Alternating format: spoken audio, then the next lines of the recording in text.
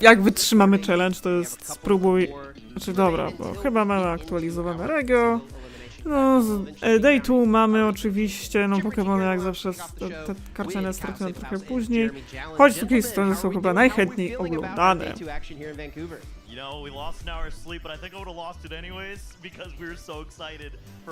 Jeszcze pomyślę, czy w międzyczasie nie zrobimy znowu tych figurinek. A może jednak dla upełnionych pewnie pogramy w sobie jakąś gierkę. O ile nie skitra mi się to, ale to jest ciężko. Że jakoś daje mu radę. No może poza tym, że gra dostawała wylewu i raczej nie spowodowane oczywiście spokojnie żadnymi błędami technicznymi, tylko po prostu streaming. Tak, no to jest przypomnienie, że Vancouver, no bo potem jest Atlanta, która otwiera nowy format, warto zaznaczyć. Atlanta, która jest już w nowym formacie, już porotacyjnym, już bez literek F, tak woli przypomnienia. Więc wiecie, nie ma Snorlaxów, nie ma Regi Patafianków, nie ma Girati, nie ma Losboxów. Pewnie niektórzy się cieszą. Zobaczycie, jest ta nowa gra bardzo zajebista, tak. No, tutaj warunkiem oczywiście, no, tylko że potrzebuję tej osoby. To się nazywa Split Fiction. No, a takie gierki to muszę kupować częściej. Wiem, że no jest tam A Wait Out, też bardzo fajna. No i Takes It Two też jest super, no tylko wadą to są gry, które gra się z kimś. Musisz mieć... Aha, dobra, wylewu dostaję. No też będzie to Honeyhawk, ale ja kupię na płytce.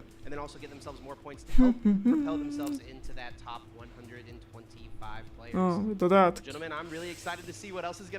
No, widzę, że Aloeta dużo osób gra, no ale tak jak mówię, no to tutaj Aloet on zawsze był w tym Game Passie, więc jest ta narracja przy tym Veligardzie, że Szynę sprzedał, nie, Aloet jest od razu. On tutaj, Microsoft tutaj nie ma znaczenia, tak? Nie ma znaczenia. Że tak propos, jest na przykład gra, która się nazywa A Wait Out, bo ona jest dobra. Tak, to jest... Chyba jest Persona. To advance to day 2, trainers need to rack up total match points to exceed the threshold for their division. On day 2, the pressure intensifies as the remaining trainers face off in more Swiss rounds to determine who advances to the top cups. After all Swiss rounds are completed, Możemy zrobić serię Zagrajmy w Aloet. To nie wiem, czy mi się chce streamować, to po pierwsze, a po drugie, to nie po ukończeniu najlepszych albumów pewnie sobie to ściągnę. Only one trainer will rise above the rest to claim the title of regional champion. Who will etch their name into the history books this weekend? Bardzo przyjemna gierka, muszę przyznać. O, będzie jeszcze Atom Fall, też jest bardzo ciekawy. Już gadamy, że Splita nie mam. No ale też z drugiej strony, nie, jak to wydawca chyba jej, to the sports, to taki. Przez to nitro, bo też tego Game Passa tak naprawdę, gdyby nie to, że... Tak naprawdę, gdyby nie to, że ogólnie ja mam nitro, no to raczej bym nie miała Game Passa tak naprawdę. 100%.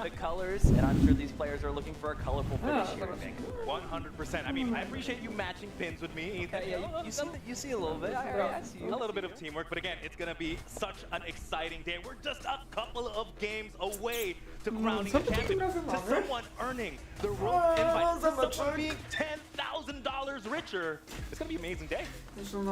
You're getting me excited here. It's too early in the morning for this. You know, these players have been battling it out since 8:30 które były ruszenia, to jest... Swiss round here, so we've got On już ma rękę, drugą rękę też już za chwilę dojepimy. Doczepimy najbardziej śmierdzącym klejem pod słońcem. No i dobra, chyba może to dobrze.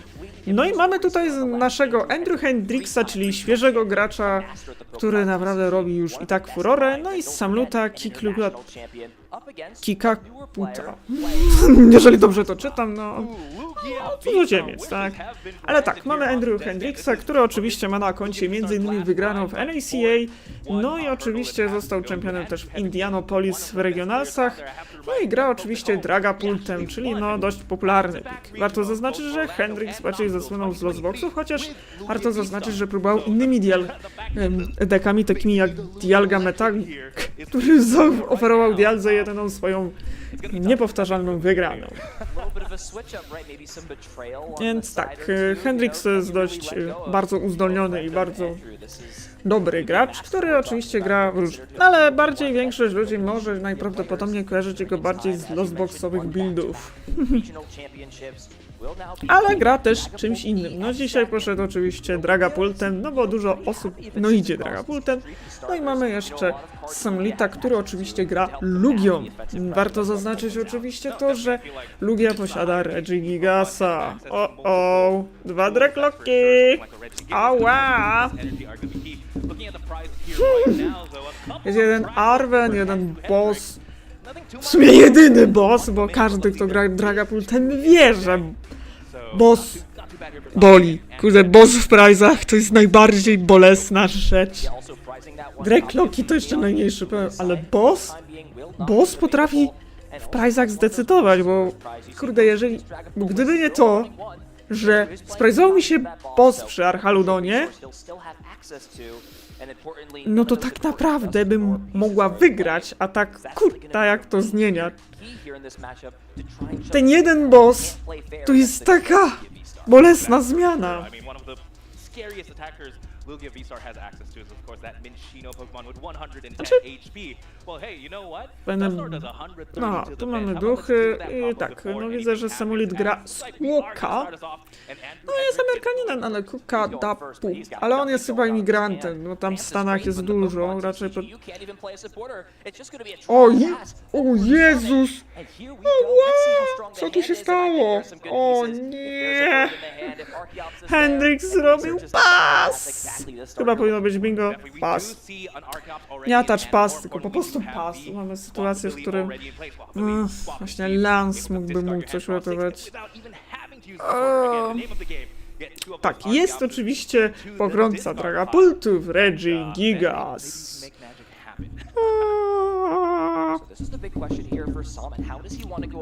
No, tutaj mamy oczywiście, oboje mają 9-1.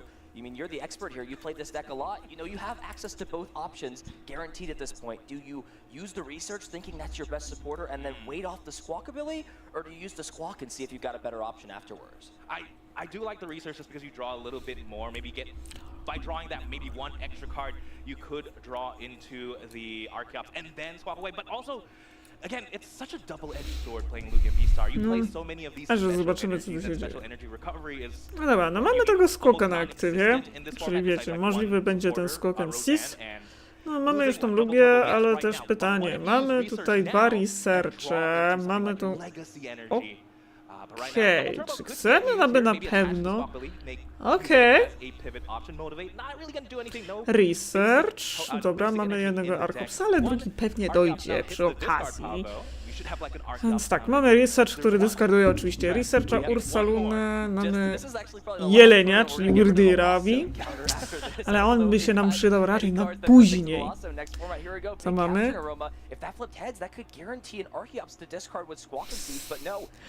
Capturing Aroma, to jest taki wybór.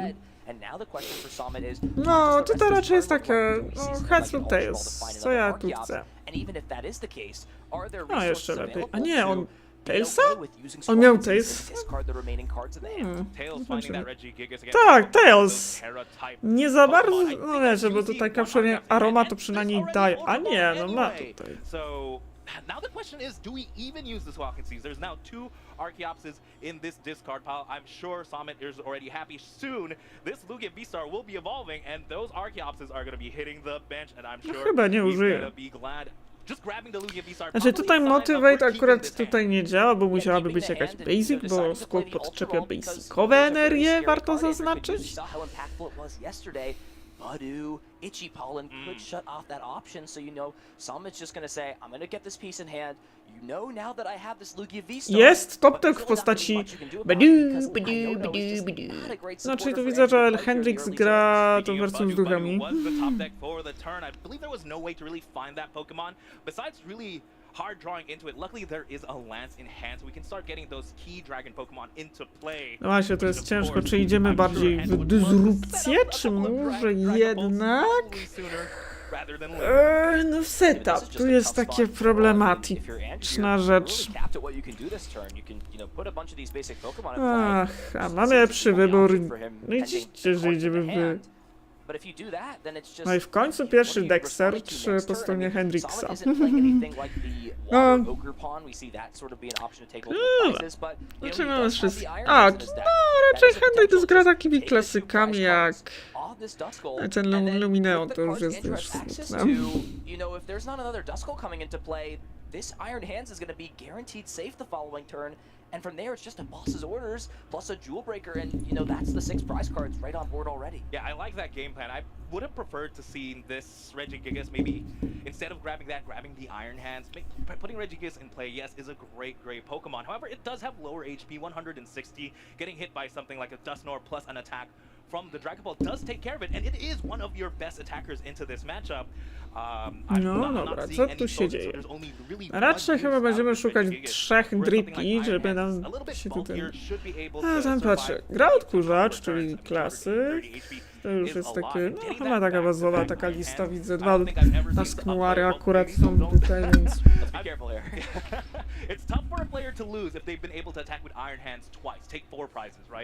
No tutaj spisuję tutaj na karteczce samoprzylepnej. That's really where it shines when it gets away from the game. Just runs over and steamrolls the opponent. Andrew just, you know, completing this deck search, wants to understand what pieces are available. And with those Tutor Cloak in the prizes, excuse me, you know, it's going to be a little bit harder for him to get Dobra, set 2 up. dripi i Drake Cloak. Just, you know, kind of going for Czyżby byłby Candy Pulse? No bo co nam tu zostało? It's like exact list. But if only 2 Dreepy are hitting the board this turn, you know, there is always that risk when you're playing into Lugia if they play that Water Ogre Pawn, that you could get your main attackers just completely wiped with a boss's. No dobra, mamy dwóch Drippy i jeszcze do tego Drake Cloaka za kolaka naszego. Hoping that Lugia doesn't have boss's orders, I always feel like they have it. They're one of the. It's one of the decks that play multiple copies as well as double Luminion to ensure that you get it at the very specific right time, but I'm not opposed as well to just dealing with if alone Dusk. No i tak, Drippy Badew chyba by się przydał. No właśnie, żebyśmy się tutaj nie zdąkowali jakby. Right now we see the first couple of Drippies hit the board, and of course the dreaded Budu. Again, Budu is able to shut off all the items, but I think for Lugia it doesn't hurt as much once you already get 2 Archeops in the discard pile.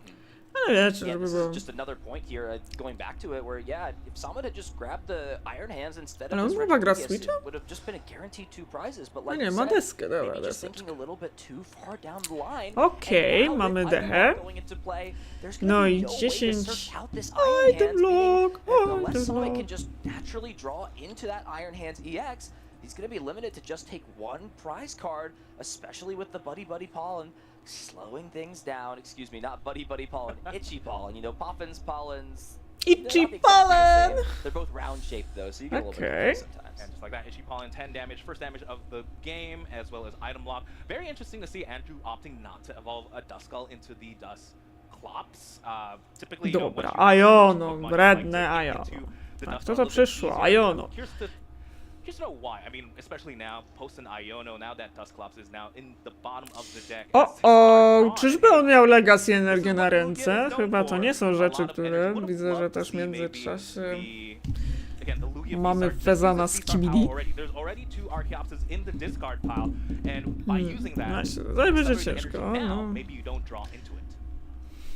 Yeah, and again, you really see the cost of No właśnie, is chyba to kind nie of jest paying energia, dividends którą because, byśmy chcieli again, widzieć. you have to think in this matchup specifically, Jewel Breaker just kind of guarantees you, as long as you have your Archeops in play, almost just Jetka, 2 dobra. prizes in itself, right? You got both Archeops, you can power up the Jewel Breaker, and your opponent's kind of just immediately forced to deal with that Pokemon, because if not, it's just going to continue to take one-hit knockouts. Now, we're going to see Lugia V-Star itself get into the fray, and you know, while Andrew didn't do much on the previous turn, he's got the Duskull in play, he's got the Dreepy with the energy attached to it, and you know, this is a spot as a Lugia player where you have to really be careful about where you're committing your energies, how much energy you're getting into play, because before you know it, you know, Dusknoir, Countercatcher, Rare Can, all this stuff can happen, and you could lose that acceleration engine, and your deck really just struggles when you don't have Archeops at your disposal. Aha, już jest... No, widzę, że jest już powoli szykowany Regigigas i ciekawe, czy on ma mistkę. So what for the next turn it would have to be what double rare candy into both evolution Pokemon plus the counter catcher. You think it's a lot, but again, access to stuff like Forest Sealstone plus the Arvin make things a lot easier. So seeing some energy on the Regigigas, no właśnie, if no. both Archeops go down, we still can't attack with it, and it's just gonna be the Okej, Tempest co dive tu on the mamy? No poor- tu duszek, poor Badoo. dobra. Again, Lugia V-Star, it's your main Pokemon. It's No also i co not tu bad jest? of an attacker. No jest Being Puffin. able to do No dobra, jest. around 220 Skibidy. damage, less with the double Yeah, this is still really interesting to me. I'm very curious on what Andrew's reasoning Dobra, for chodzi not już nasz evolving the Duskull Bażant. previous turn to Czy Duskull, Bażant coś since daje? the exact play of Countercatcher Dusknoir would just be so much Dobra, more jest visible when you Lance. don't need both rare candy. I guess it, you know, is a pivot now since it has the board. It doesn't get the 2 retreat cost from evolving. That really has to, you know, probably just be the only reason I can, you know, assume at this point. You know, it could get trapped. Dobra, in the tutaj jest active, albo another Disrupt, potential albo spot, but, you know, that is in the past. idziemy... We're moving forward. The energy attachment comes down. Flip the script was used, and now the big question: do we see Rare Candy Dragapult, and what else is there to follow things up? Right, I see a lot of ways to get the Dragapult, but no rare candy yet in hand, no Arvin to try and grab it. There is an Ultra Ball. No właśnie tu się pojawia taki ciężki wybór rzeczywiście, no bo taka ręka nie za fajna, czy jest Dragapult, czy chcemy użyć Lansa, czy chcemy...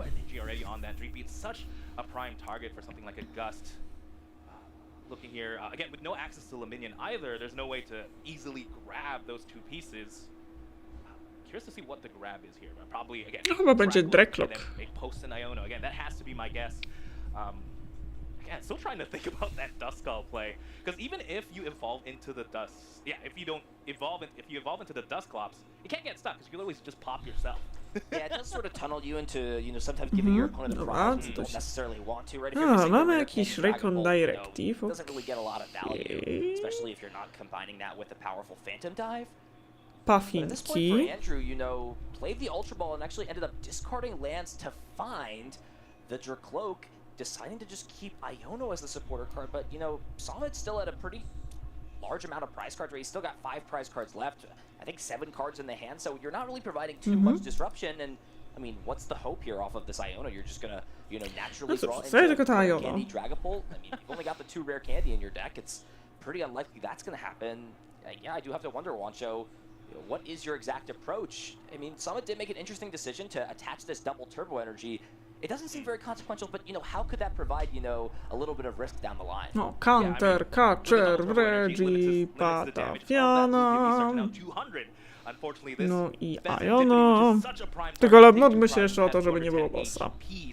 Summit would be forced to maybe try and retreat plus a jet energy. There's a lot of Duszki, ways to knock out okej. Serendipity, but that Lugia V-Star is definitely one of the easier ways, as Iono is just played here.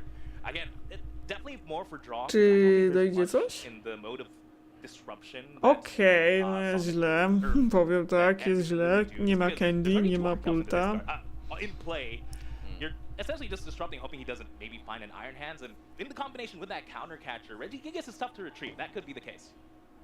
Yeah, it does now, you know, have a fresh hand of 6 using the recon directive, but there's not much being found. And speaking of the double turbo, potentially, you know, giving some opportunity to Andrew, he's going to retreat into this Vesindipity, and, you know, how things stand because of DTE being on the Lugia.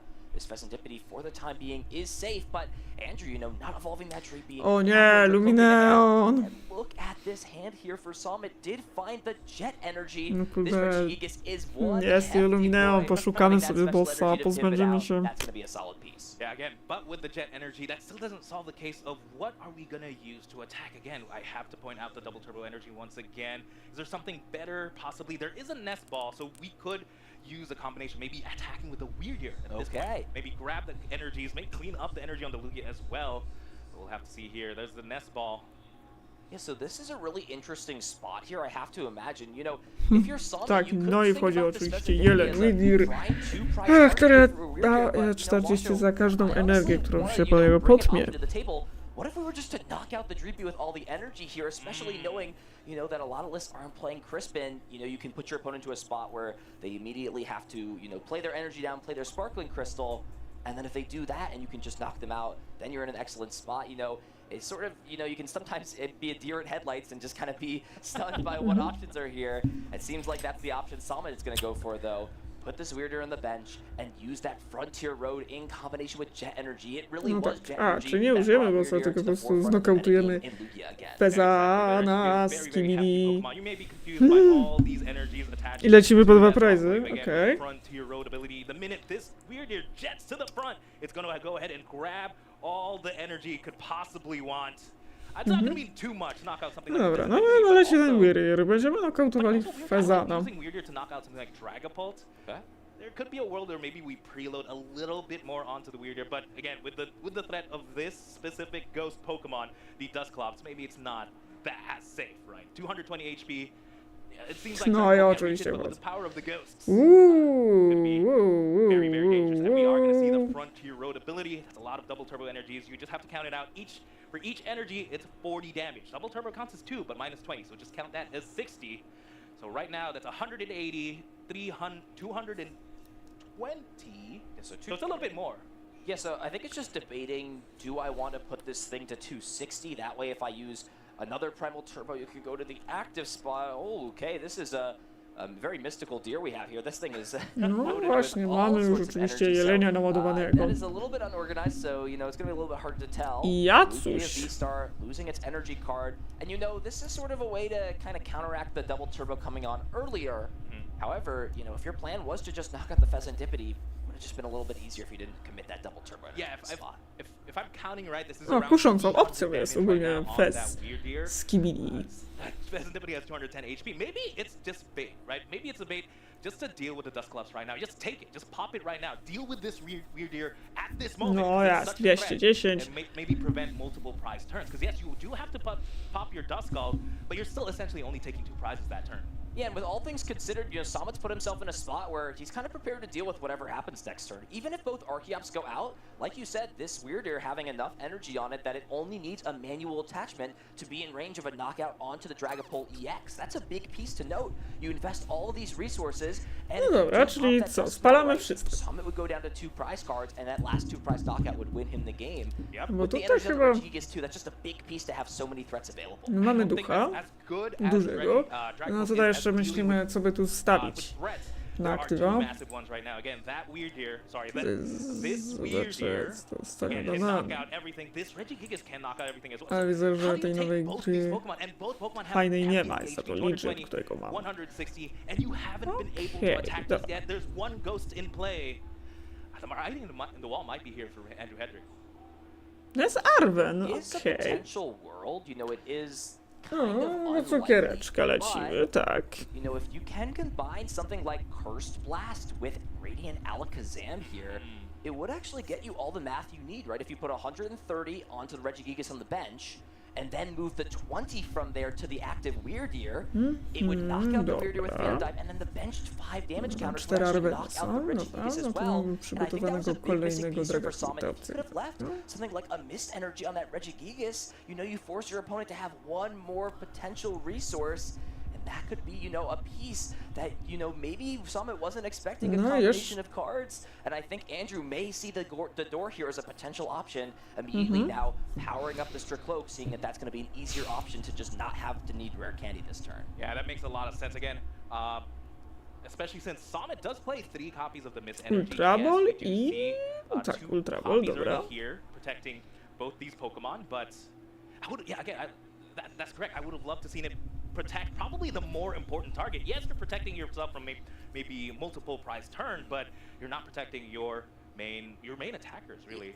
Yeah, it's still risky no either dobra, way, right? mamy I mean, you oczywiście can knock Dusk out both the Noir. Regigigas and the Weird Ear, but if you do that, both Archeops are still in play, and you're still in threat of Iron Hands plus Boss's Just Orders to win the like, game. So it's not like this play will win the game all right for Andrew. It would, however, you know, deal with these threats. The Archeops, while taking them out is great, it's just not going to provide enough value because Summit has just had too many turns, right, to flood his board with energies so that he's got multiple attackers at his disposal that just need a few manual attachments. Tutaj So I'll be interested co, to see armę if nas Andrew jest. decides to A, pick this dobra. Wiem o co chodzi, czyli chyba już chodzi Dragapult. No, chyba widzę, że uznajemy oczywiście, że szybciej zrobimy Dragapulta z Drekloka niż z Dripiego. No i wchodzi on. No i chyba będzie... Ciekawe, czy gra Temple of Simon, który by wyłączył. No jest. O. Yeah, and Andrew has opted to not play Temple of Sinnoh, you know, a card that was in Natalie Millar's second place list, has instead just opted to play Lost Vacuum as the only way to discard and disrupt stadiums. It's just gonna have to be, you know, have no way to deal with the mist energy. And No, właśnie przydałby się ten can't place damage counters Temple of on those Simon, on Pokemon jest with the dość Phantom dobrym Dive stadionem. effect. If that's in play. Dobra, jest Candy. Here, I mean, those are a pretty good 6 Dobra. cards. Finds the other Dracloak. Would have had Rare Candy Dragapult, you know, played it safer, evolved before the Iono, but will now get to use some recon directives, and does find the Nest Ball here, so now this is decision time here for Andrew. You know, the Iono was nice to disrupt. We're gonna see the Duskull come down and the Nest Ball be played, but Gift Energy is just still active, so the disruption is really not gonna have much of an effect. However, Andrew is gonna go for this play, I think. Alakazam coming down, and you know, you're already at such a deficit, it feels like this is a good place to just take a risk and hope your opponent doesn't have the pieces. Definitely, best case scenario here is this Dragapult sticks to chyba around będzie... as well. If Dragapult can eat a hit, it would give access to the second Dusclops played. I think Andrew is trying to set up a second pop here, but again, paying for the retreat promotes this Dragapult EX. A lot of things are going to happen. A lot of damage placements again. And there it is. O, Weird Ear, okej. Mentioned Ethan, and No i szaleństwo. I robimy knockout na 3 prizy. Phantom Dive, knockout on the active, knockout on Regigigas, all of those energy cards going to the discard pile. And, you know, this is going to be the question now. You know, Summit has gotten rid of a good amount of those energies. I'm very curious to see if he even has the resources potentially to take this knockout. Here we go. So before a Pokemon gets promoted, Summit's got to draw with Gift Energy. Nice hands, Iron Hands in hand, okay. but I'm not sure there's a boss's orders. There's an Ultra Ball. Find the Ultra Ball for Luminion, and I think Summit is going to have the pieces available Okay. as long as he's got enough energy cards in the deck. Iron Hands being saved for later, but it may be what he needs to close things No out. jest tak, jest hands, żeby móc oczywiście zgarnąć Thank you very much. Legacy chyba dalej jest w deku, z czego co widzę, nie wiedziałem. Weird Ear plus the 2 energies on the Regigigas. This Ultra Ball is going to tell us all the information we had. Do we win this game? There's a Luminion. There's a double turbo energy. There's one more. There's a Legacy. Do we have one more energy to close things out? There's the Jet as well. Yeah, that's everything. That's 4 energy. No to chyba widzę, że mamy no już koniec pierwszej, bo mamy wszystko. Despite, you know, Andrew having a solid line of play to get back in the game, Summit has the keys. Iron Hands EX storming through the field. O ja, no niestety pierwszą rundę wygrywa Samulit, widzę. No, też ma jak retweetować, wszystko jest. I wonder how many games of the Pokemon Trading Card game have been won by this very, very devastating attack. Tak, no i pierwszą rundę wygrywa Samulit. No miał wszystko, jak widać, no widać, wszystkie energie były na miejscu, był Iron Hands, było wszystko. No właśnie to jest ważne granie tego Temple of Simon w tym matchupie, chociaż no teraz mało będzie specjalnych energii, co tam będzie grane. Mistka, no, która ma sens. No i teraz ma się pojawić nowa Spike Energia, która raczej co jest wykorzystywana do tego Likorera, który się pina, no. It just becomes hard to really put together those final pieces, as we saw in that first game. Yeah, it's tough, right? Even the mist energy being able to protect the bench cards, that's something Dragapult has to play around. And even trying to gust stall, which we got to see. Gusting the Regigigas plus the Jako najlepszy start Hendrix to byłby Gites. energy absolutely powerful. And, you know, Andrew went for this play, right? Went into the Dusknor. You do have to imagine it necessarily didn't matter. You know, a lot of players would have just popped the Dusknor earlier and just given, you know, the opponent less cards off the Iona. But, you know, Andrew actually waited in that spot because it doesn't matter if your opponent has 3 cards, 4 cards in hand. They're still going to fill up to the 7 cards with gift energy. So Andrew saw all the pieces he needed, put together a play, but it was just, you know, not getting Dreepy down on turn 1, followed by your opponent getting 2 No, Samolit prowadzi 1-0, no i zobaczymy jak ta będzie grała druga. For success, I'm sure Andrew hopes things go a little bit differently in game number 2. Yeah, would love to see him bench at least some dragon Pokemon on the first turn. We got to see him actually put up a fight, despite how slow his first turn was. And maybe, you know, a couple of mulligans could definitely help out there. But again, I have to give it up to Summit. So again, the Lugia player, the highest placing Lugia player so far. I'm just glad I got to catch the Lugia match, to be honest, Ethan. Yeah, we didn't feature or touch on exactly as well. Summit actually placed top 8 at Sacramento a few months back. Was playing a very different deck, Snorlax Control. You know, what's completely pivoted here is a newer player in the Pokemon TCG, you know, who just has accomplishments dating back to the last couple of years, and is now, you know, full 180 pivoted to almost the exact opposite of a deck like Snorlax, playing Lugia V-Star, and is potentially one game away from pretty much just locking up a spot to top cut. 10-2 is guaranteed to make it in, it seems, and that will be what he's looking for in order to close things out. We'll, of course, see the prizes go on the other side, you know, natural habit to put them out on the left, and as we get things underway, we'll see how bad the prizes are, and hopefully how good this game is. Yes, No speaking i zaraz of to surprising, skleję, tak? O! we've seen a little Pamiętacie Hentsa z końcowej rundy? No to on już jest. As we do see the Ace-Spec just go onto the Iron Hands right off the bat on Summit's side. Ultra Ball, not quite double Archeops just yet, but there is one for our Archeops counter, and I'm sure it's probably going to find something like a Lugia V-Star. Maybe we could be a little bit risky, grab something like the Squawkabilly actually, because this hand is not that great. Yeah, that's really going to be the big question, right? These other, you know, 3 or 4 cards in hand for Summit are really going to determine what Pokemon he grabs here. Like you said, Squawkabilly, excellent at drawing more cards, but, you know, sometimes it is a risk to get rid of those crucial pieces.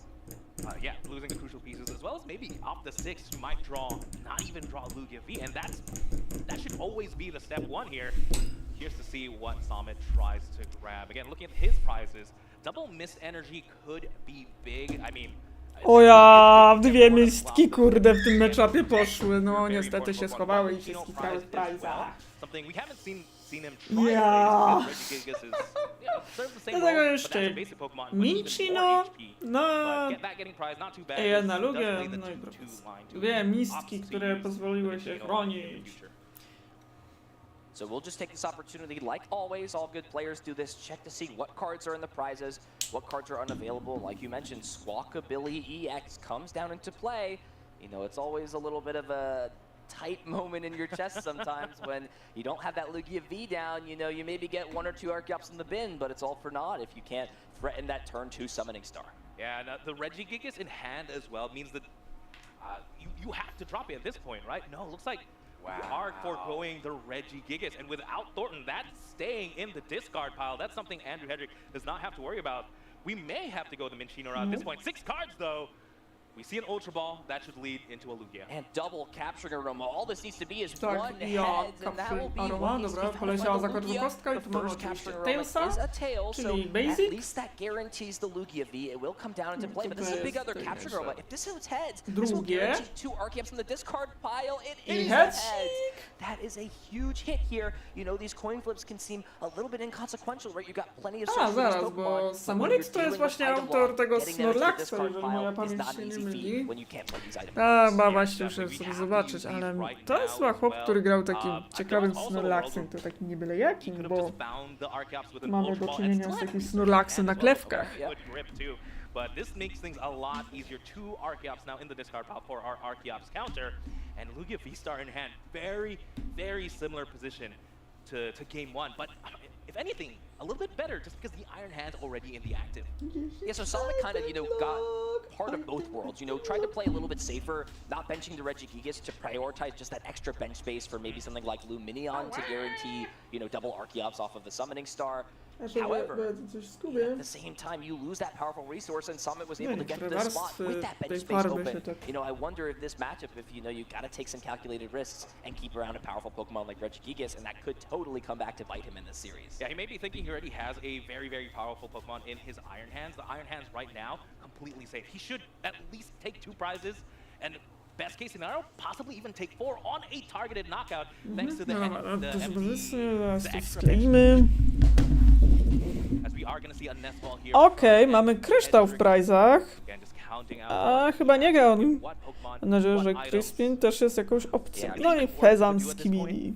I mean, I think his choice is really going to be relative to the information he sees off his prize cards. Sparkling Crystal, that powerful A-spec in the prize cards, along with Pheasantipity EX, which means when he faces this inevitable 2-prize knockout on Summon's side, how likely is it going to be for him to be able to respond with a turn 2 Dragapult EX, right? You don't have to dig off Flip the Script, and now you don't have the consistency of rare No cases fajowe on prize, Crystal ten off your grab Fezan, from jeszcze Marvin. kuźwa, So I have to jeszcze wonder do for Andrew, tego you know, what is the kryształ. backup plan? And do you even have an energy attachment? Because if an energy is not attached to a Dreepy this turn, you have no way of threatening that turn 2 Phantom Dive. There's so much Czyli z to drugiej ask for, strony but ma even chyba if Iono the na third ręku, Phantom o Dive, ile it się nie doesn't mylę. knock out something like the Iron Hands, and if Summit can protect it with something like a Mist Energy, it would force Andrew to possibly maybe find something like a second Dusclops, because the Dusclops in the active should go down this turn, unless of course we find some type Ale of to rescue jest board. rzecz.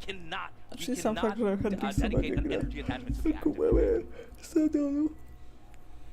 So this is the big choice here for Andrew. You know, does Który have jest the dość Orphan in istotny. hand, so that is a potential to maybe grab something like the Forest Seal Stone. Andrew has opted to play a copy of Rotom V, so if he does want to, not go the item locking route, if he feels, Summit has already Znaczy, found all the jest. Pokemon he needs to in this spot, you could use that as a not only Forest Seal Stone target, but just a way to give yourself some more consistency in terms of ending the turn off with some more draw, but it looks like it's actually just going to be Badu coming down into play off the nest ball, and with the deck being shuffled, we could see, some sort of potential disruption here.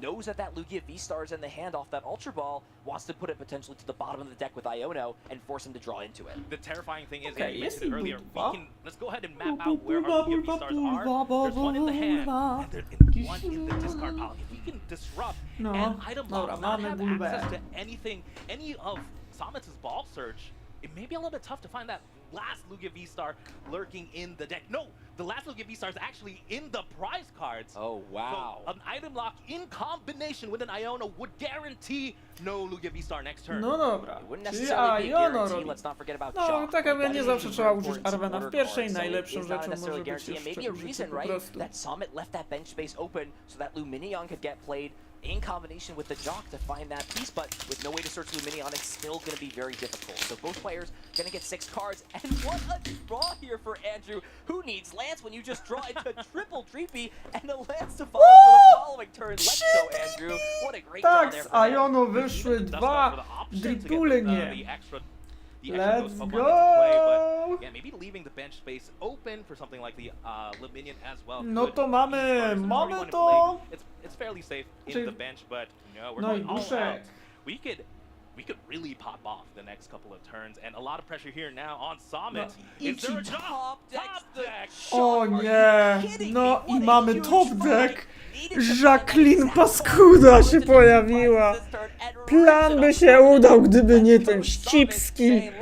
Jacqueline Paskuda, Jacek Placek dosłownie namieszał i narobił niemałego problemu.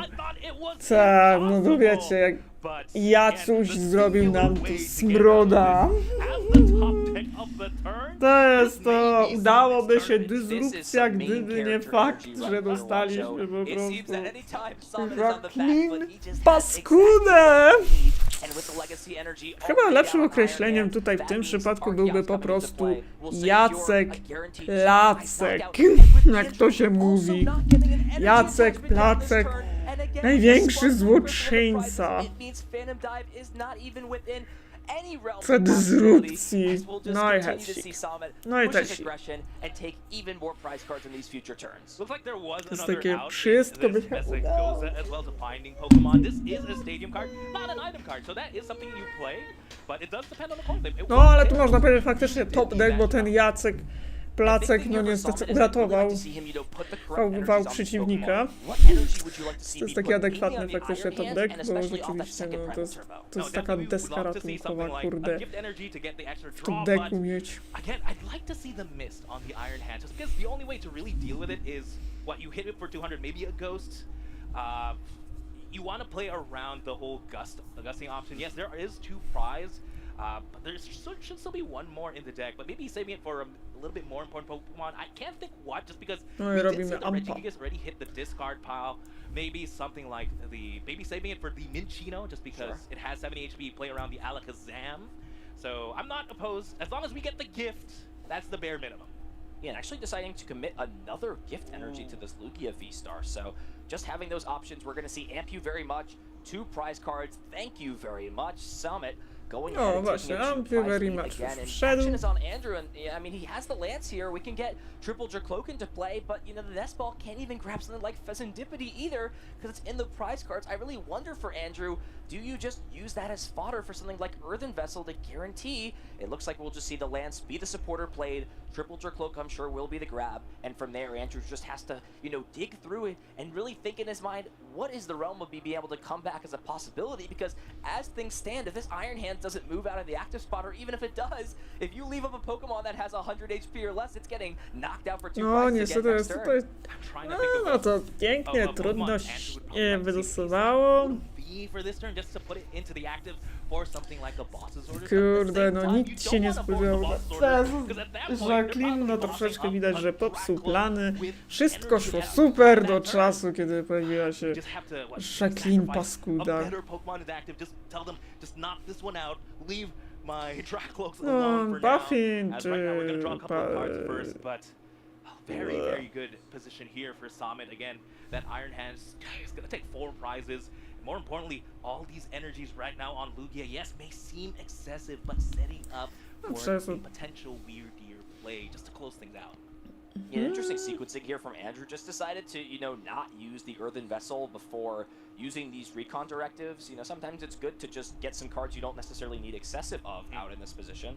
You know, we'll use all 3 recon directives, but yeah, I do have to wonder if you're Summit, if you do have the boss's orders in hand, you don't have knowledge, right, that Andrew has the Sparkling Crystal prized, but is even just seeing a single energy on a Dracloak enough incentive for you to just go after it and chase it? We'll have to see, as unfortunately, dobra, no just helping no one out here. I believe I heard Kyle call it the Messanose. Messanosa. But yeah, not working out for either player. Yeah, and you know, this is Andrew's option actually here. You see immediately being put to the top of the deck is that Radiant Alakazam. It's the only basic Pokemon that is not a 2-prizer and is also out of range from Andrew very much, even if there's no damage reduction from the double turbo energy. But like you said, Wancho, you know, the Alakazam comes up into the active spot, but boss's orders to chase the Dracloak with the energy just spells disaster on multiple fronts here for Andrew. Yeah, I'm looking at the hand, though. Summit does not have both boss's orders just yet, but you know what? He has, again, this very crucial empty spot. There should be a Regigigas there, but very smartly discarding it, and it should pay off this coming turn. But trzeba mieć takiego farta, wiesz, Jacqueline paskudę. Perfect Pokemon to leave in the active, that's for sure. Yeah, this is what you have to do again, and this is really what separates the good players from the great players, is when their back's up against the wall, they have plans, they have options to secure themselves a little bit of comeback room. Andrew's gonna do what he can, bring this Radiant Alakazam to the active spot, and just cross his fingers that Summit does not continue to just draw as hot as the sun here.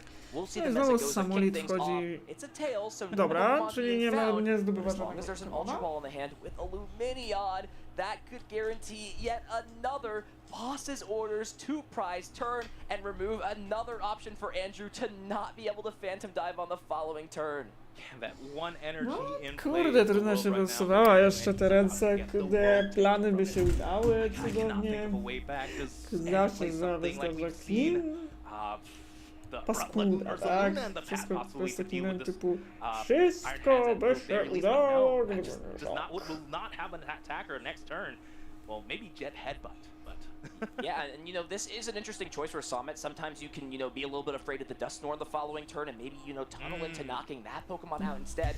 And Summit, again, doesn't have information that the Sparkling Crystal is prized. So there is a world, you know, where maybe Summit doesn't bring up the right Pokemon off Boss's orders. We'll see it get grabbed first, and Primal Turbo's actually just going to prep energy onto these different Pokemon here so that Weird Deer down the line could be solid. But, you know, I'd really love to see energy potentially even just be put on the Squawkabilly instead, because by knocking the Archeops out, you remove those energy from Weird Deer and also get rid of your opponent's energy acceleration option. Definitely, especially maybe something like a gift energy onto that Squawkabilly, just because it's such an easy target. Instead, no, all the gifts go to the Lugia. O ja, boss order na dekloka, no This is exactly what nie. you're talking about. Shutting No the options tak, off, i even kolejne now, like you Ampiu said, very powering Lugia much. V-Star up for the next turn. Yes, Lugia V-Star 4 energy, 3 of which are gifts. No, just gifts, but it's going away soon. It's a little bit of Ale they're no goodbye mogłoby gifts, się but udać zrobić ten now fajny you're Andrew setuping, Hendrick. What gdyby can you do faktycznie to nie come to, back? że rzeczywiście At ten this point, Jet Żak Headbutt paskuda with był the top deck. Dragapult might just have to be it, just so that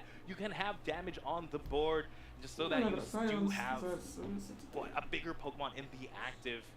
It seems like the ghost of Lugia V-Star here is haunting Andrew Hendrick. Sort of as, you know, oh wow, you written me off, you wouldn't stick to me till the end. This is what I could do here. Take a look at what the power of Lugia V-Star is. And now Andrew just running out of options. Summit with just 2 prize cards remaining. Andrew with just a single damage counter on his opponent's board and with no way to use Phantom Dive. What do you do in this spot, Andrew? It's so tough. At the same time, if you put the Dragapult into the active, it is gonna at least get hit, and then you can't necessarily go to a second Dragapult EX because you don't have the energy acceleration. Okay. This may be another turn where we just have to hide behind this Alakazam once again. Yeah, it's tough because, you No, know, but honestly, I if you don't know. hide behind the Alakazam and the Lugia just use Tempest Dive to take the knockout, then at that point, your opponent goes to 1 prize card, and you can't use Dust Snore at all. So, you know, I even wonder here with the, you know, bench being full, with there being no Regigigas, do you just kind of evolve the Dracloak that doesn't have the energy into Dragapult? Maybe let it take a hit, hopefully, for, you know, who knows, 100 damage, and then hope that's enough down the line? Iono's definitely the first step, as Summit has no space for another Lumineon until you find Boss's orders, and Andrew is going to still get those full 6 cards. Yeah, right now in the hand, looks like that option is not there just yet. Dracloak has to find possibly its evolution, just like you said. I like that play. That is probably the best wall we can find at this moment. But 2 cards now on Summit. You know what? He plays 4 Boss's orders.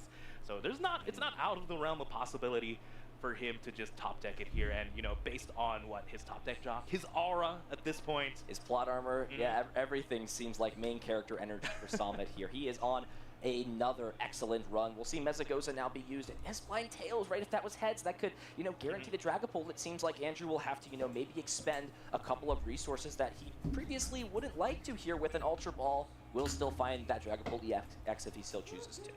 Yeah, Ultra Ball at least in hand, can find a Pokemon. Tak? I'm curious to see if he will do your Dobrze. plan, just to evolve the non-energy Dragapult. Again, the skateboarding ghost just seems like such a great pivot, that's for sure. Yeah, Okay. it's just so difficult, you know, the more I see the resources being expended, because if you do go into the Dragapult that has no energy, you've already played this rescue board down, so you can't pivot into the other Dragapult unless you use a card like Professor Turo, which again, is just another resource that you're probably going to want to save down the line to keep yourself in this game, so it really just does seem tough. And it's the same situation, right, with the Radiant Alakazam. Is if you bring the Radiant Alakazam up and it's not knocked out, the only way you can Phantom Dive is to play the Turo to pick it back up. And it seems like you're doing all of that just to, you know, keep yourself in a very similar spot. It is still going to be promoting this Dragapult EX. It's going to be hopefully taking a hit. No And dobra, it's pretty much going to be saying to Summit, look, you're not going to be able to get through this turn. Let's see what you've got. bo był 3 Chris. cards in hand. I saw Nest Ball and a Weird Ear. That was just a quick peek for me, but so I didn't get to see the middle card. But the fact that Summit isn't just straight playing it means Andrew Hendrick could possibly get 1 more turn here. Mesagoza 1 more time. No i So jest. now, To now this jest is the teraz, question no here, mamy and this 9 is really, you minut know, jeszcze, no Lugia póki co mamy players' 1-0. biggest worry in this spot. You've got an Iron Hands, it's dealing 100 damage right now, it can't use Arm Press, only that Ampu very much attack, but it has a hefty forward retreat cost. Either way, whether you attack with this or the Lugia V-Star, it's still going to be a 2-hit knockout. Wancho, is there ever a world where you retreat, or are you just kind of okay dealing the 100 damage here? In my mind, the 100 damage is okay. The only reason why you think about maybe attacking with the Lugia V-Star is maybe get rid of the Mesagoza.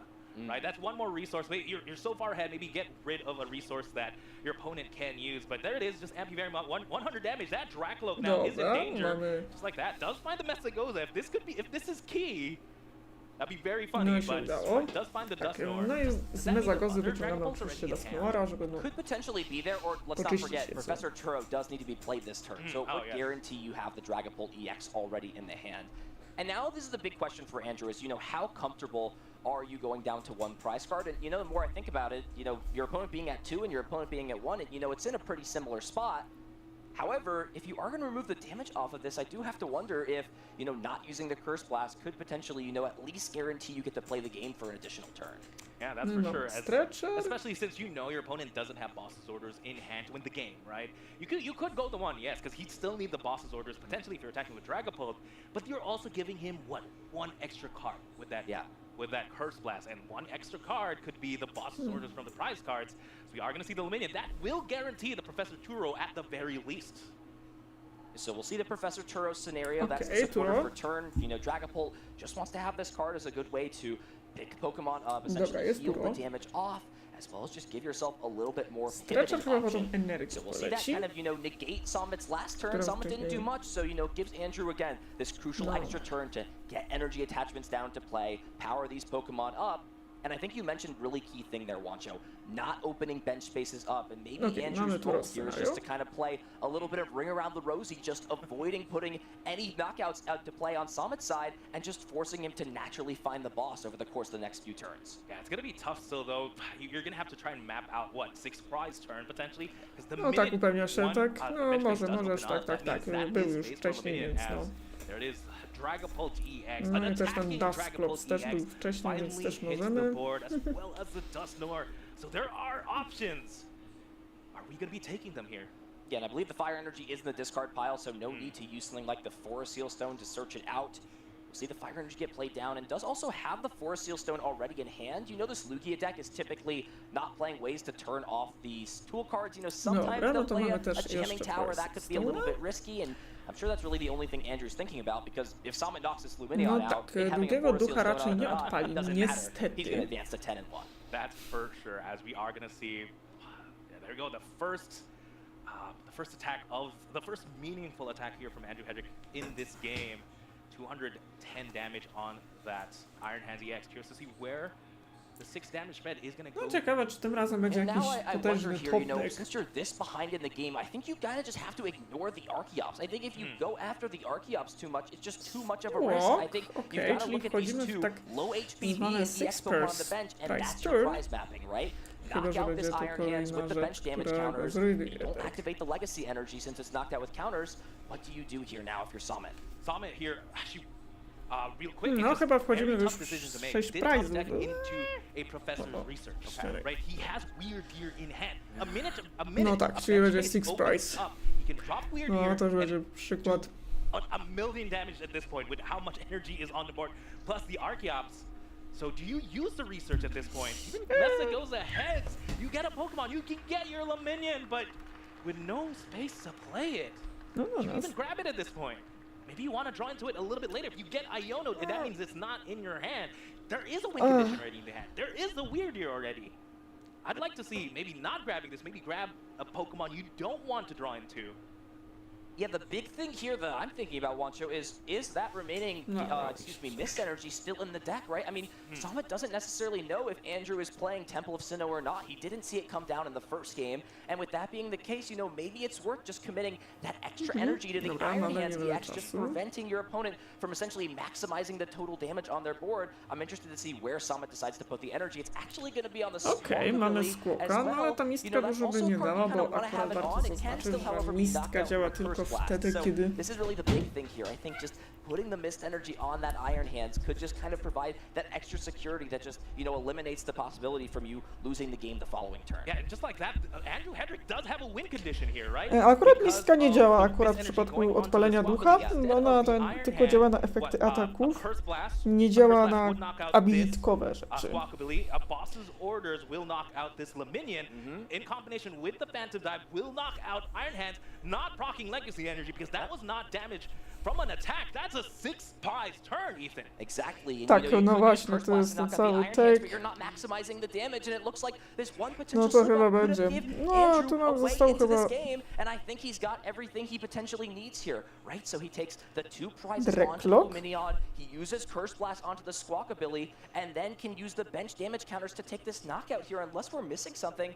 I'm Jest pretty boss sure that i jest he's got the counter pieces he catcher. needs No. here. Has the Oba Force rzeczy Seal Stone as dobre, well, tak? and now the counter catcher, he had it W to search out, but hey, Luminiona, who needs tak, Force czyli Seals widzę, though że when już you can wchodzimy just w find tak the zwany card you Six need, Price Turn, counter czyli catcher on the robimy... Luminion, and let's make sure all the energy Ale in the chyba proper raczej place here. kolejnej So we're gonna see this 20 get robią. moved. It's I actually bierze gonna take the normalnie knockout 2 on the prizy, bo Iron to Hand, nie so było z we can kinda ataku, just do warto things, you know, a little zaznaczyć. bit of the more complicated way here. There's the knockout, the Curse No i Blast will go kolejny ahead and knock out Curse the Blast Squawkabilly, w and Andrew Squawka. Hendrick, after falling No i behind robimy a oczywiście 4 prize Phantom deficit, Dive'a. No finds i the Hendrix comeback, wygrywa thanks to drugą Turo, rundę. thanks to No ale keeping his pytanie, czy Pokemon zdążymy, safe, bo and w versus a sumie game number zostały 3. tylko 2 6 minuty. prize turn here from Andrew Hendrick. I counted him Tak, out, but mamy he to. found the Six way prize he turn. needed to buy just Czyli 6-prizowa one turn, tura. a singular turn. Mamy And to. just took Rzadko się to advantage udaje, of ale the udaje improper się. placement. No, even with the proper placement, because of the 10 Yeah. damage from the Badoo earlier, but Alexander would have taken a knockout on the Iron Hands. Yeah, it honestly didn't even matter which way the missed energy went because of that 10 damage there. You know, it seemed a little bit inconsequential at the beginning, but just putting it into range of Ale chyba raczej podejrzewam, że nie zdążymy raczej. No pytanie, czy jest sens ogrywać kolejną, bo tyle czasu już zostało strasznie mało.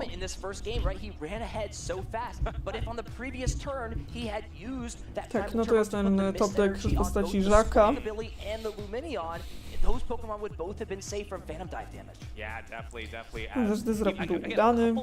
Najbardziej lubię udane Disrupty, na przykład na Raging Bolt, jak zrobisz Iono na 2 price.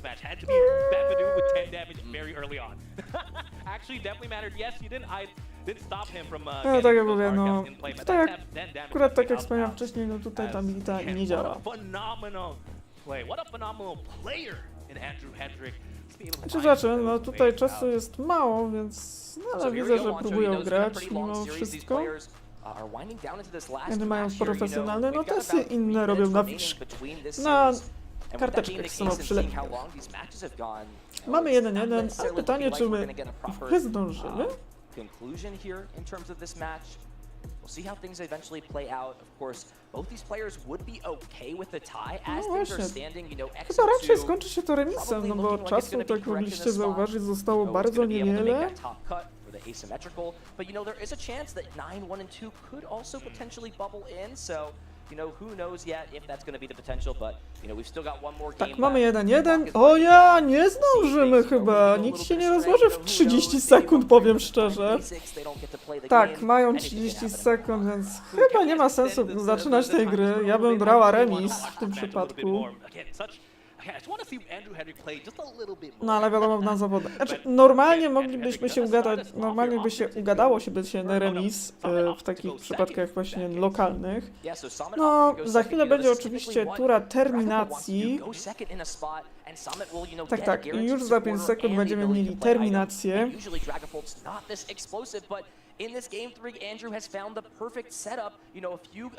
No, to co było? Tak, no i mamy terminację. No, chyba mamy zerwał po stronie Hendrixa.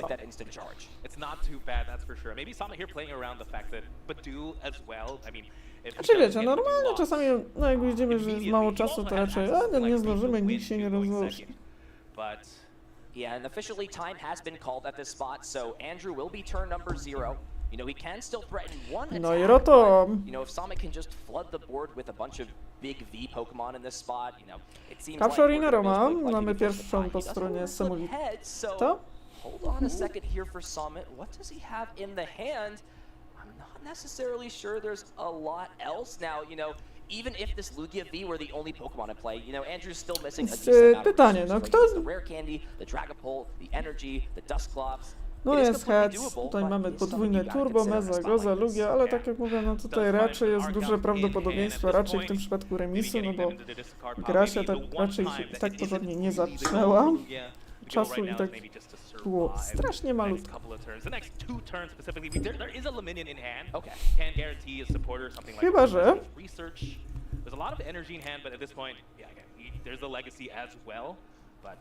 Yeah, this is pretty costly here, the legacy energy, but A, even has just the fact that postaci it would protect you Archopsa. from, giving up that extra prize No card. chyba, że It seems like in two dojdzie turns, do it's, Donga, to wtedy ma impossible to here for Sonic sens. to win the game. Andrew has put 6 Pokemon into play. No and Dong jest last time I oczywiście checked, tylko there's wtedy, not a oczywiście, Andy very kiedy much no plus właśnie... that can take 3 prize cards on each attack. Okej, mamy Lumineona, no i tutaj wchodzimy po Be careful Researcha. what you wish for. I'm gonna see you on Twitter next week being like, this is my favorite attack in the game. I'm so glad they No made i Andrew chyba very much będziemy używali stronger. Researcha Andrew very much później. premium is coming next. Ethan, imagine Iron Hands, Mega Iron Hands EX. Oh, Easy. don't tempt me at this point, Juancho. There's nothing I love more than breaking the rules for Pokemon TCG. That's my favorite. All right, well, does find Luminion again, another big HP Pokemon at this No point. i It chyba would take będzie Research, double czyli Dust Nor okej, Pop, but there's Legacy only jeszcze, two rare czyli candy in raczej the deck. Donga nie będzie. Maybe if you find at least one more big HP V or EX Pokemon, that should essentially guarantee the tie at this point.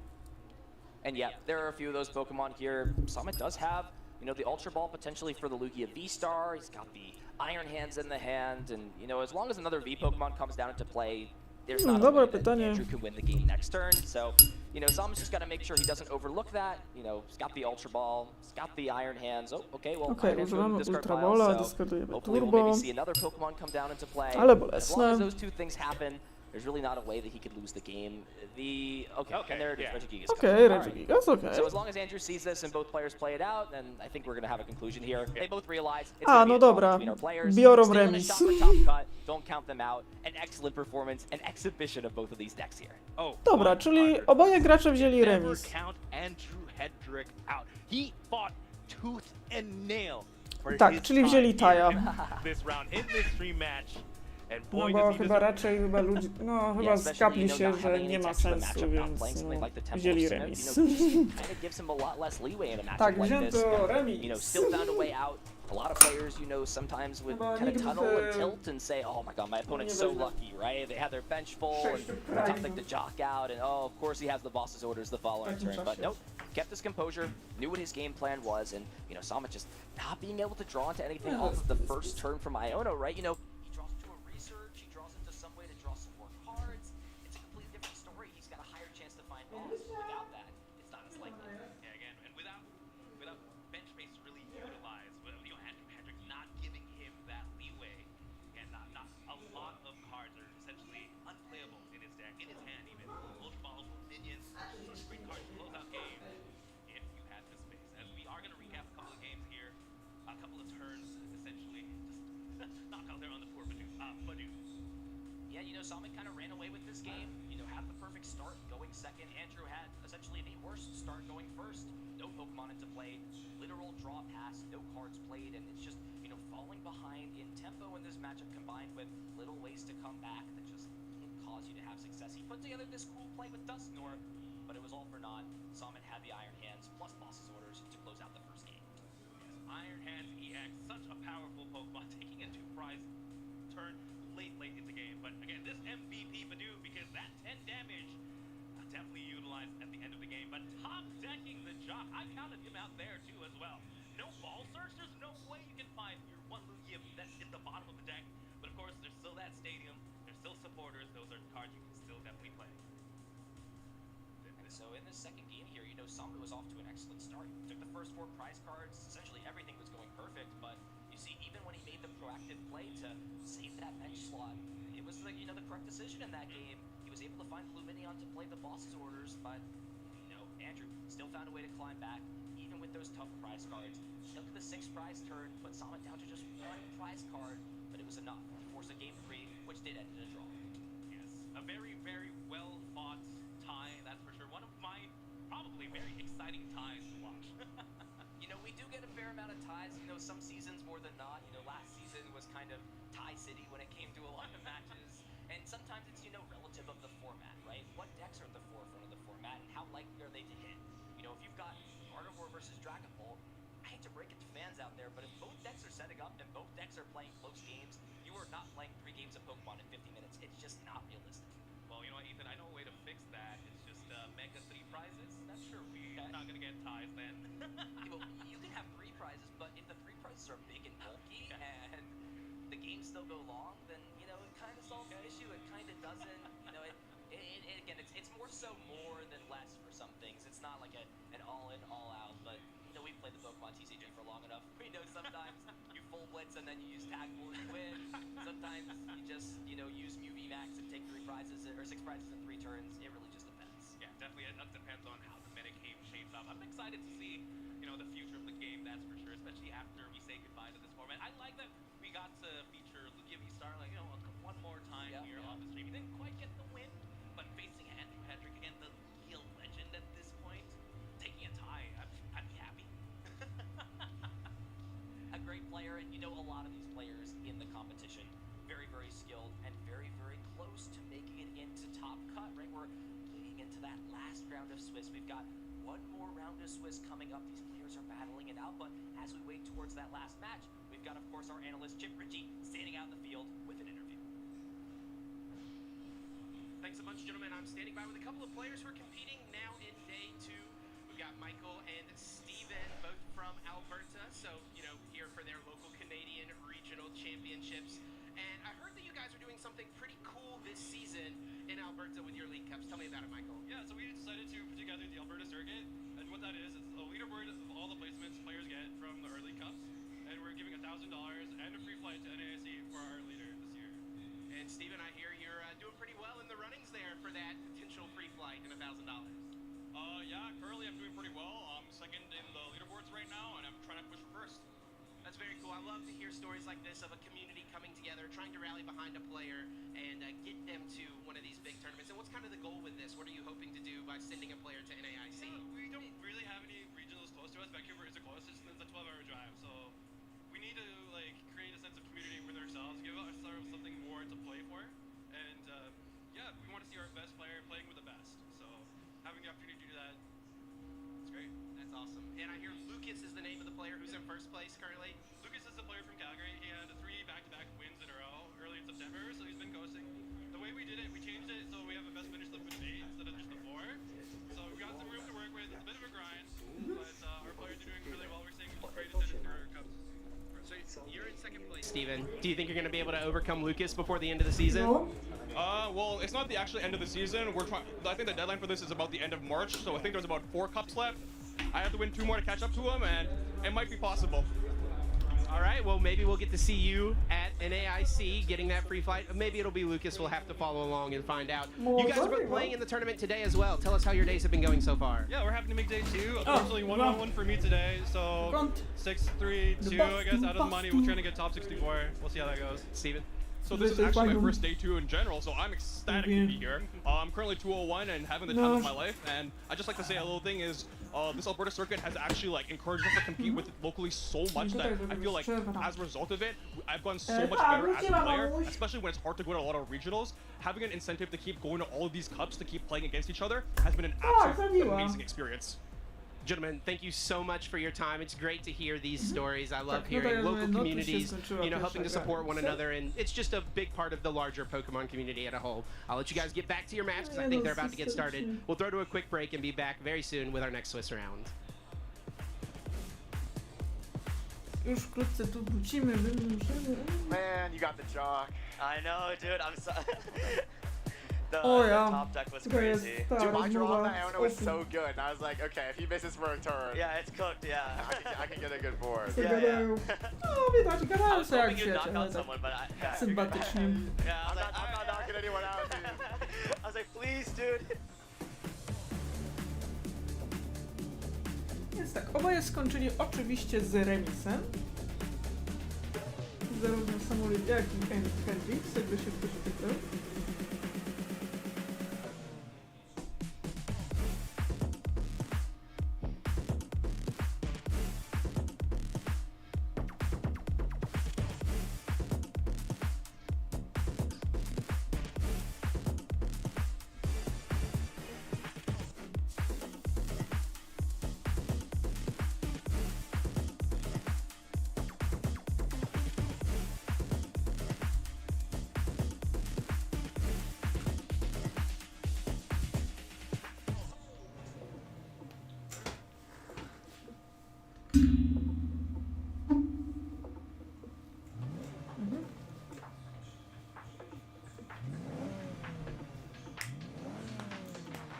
Dobra, mamy już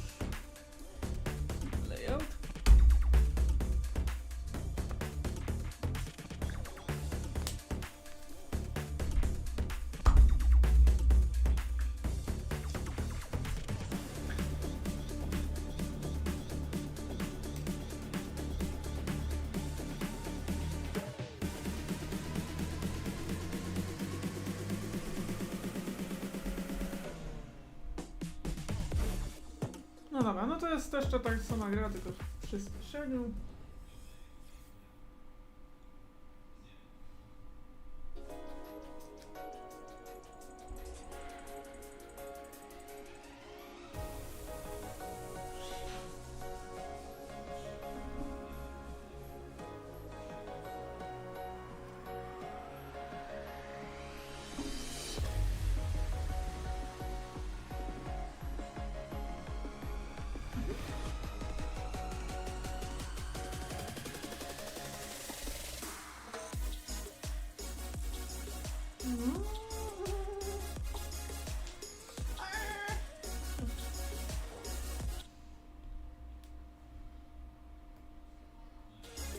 No tutaj mają dużo rzeczy.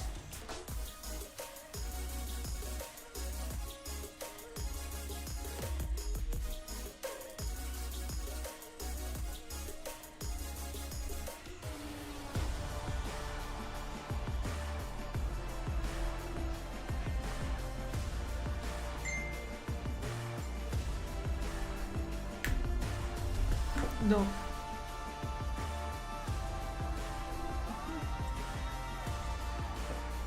Aha, kolejny.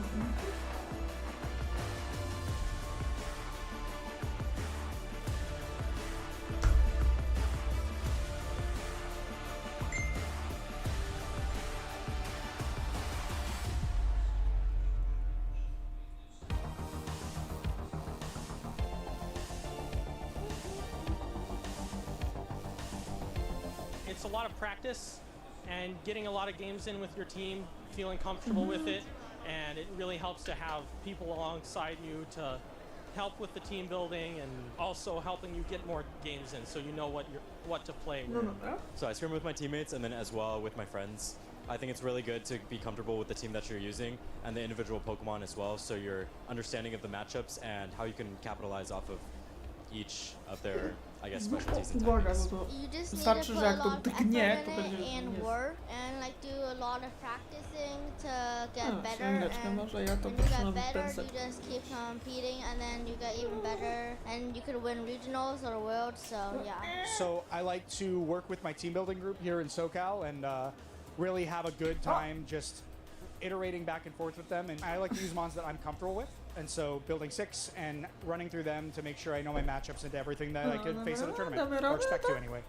I think one of the biggest things to prep for upcoming tournaments is doing practice tournaments. So servers like Flash tournaments, Inadequance has a server called Candle Cults where he hosts practice tournaments, and getting into the rhythm of Show 6 Pick 3, which is really, really different from GBL where you only have 3 Pokemon to choose from. Having 6 potential choices, it means you have 180 different combinations of Pokemon that you can bring to the table. So getting that practice against other players playing that same format is so critical. And then I like to adjust my team based on which teams of 6 that I see. So that's how I like to prepare. We're back, Pokemon fans. Our regional championships here in Vancouver. One final Swiss round remaining until we determine who our top cut is going to be. All these matches are playing out, and this is actually the top 3 tables right here. And these players have all chosen to intentionally draw. All 6 of these players have locked up a spot in top 8. It is looking like, or I should say top cut, because it's going to be a pretty sizable asymmetrical cut. 29 match points is the mark to get to. These 6 players have locked it up. We've got a few more who are trying to get in. And we're going to see one of those matches play out right now on the stream. Let's get to the casters. O, dobra. Nie dobra. Thank you, Chip. Jeremy Jallin here with Kyle Sablehouse, Sayballin for day 2. And we have our last round of Swiss, round 12.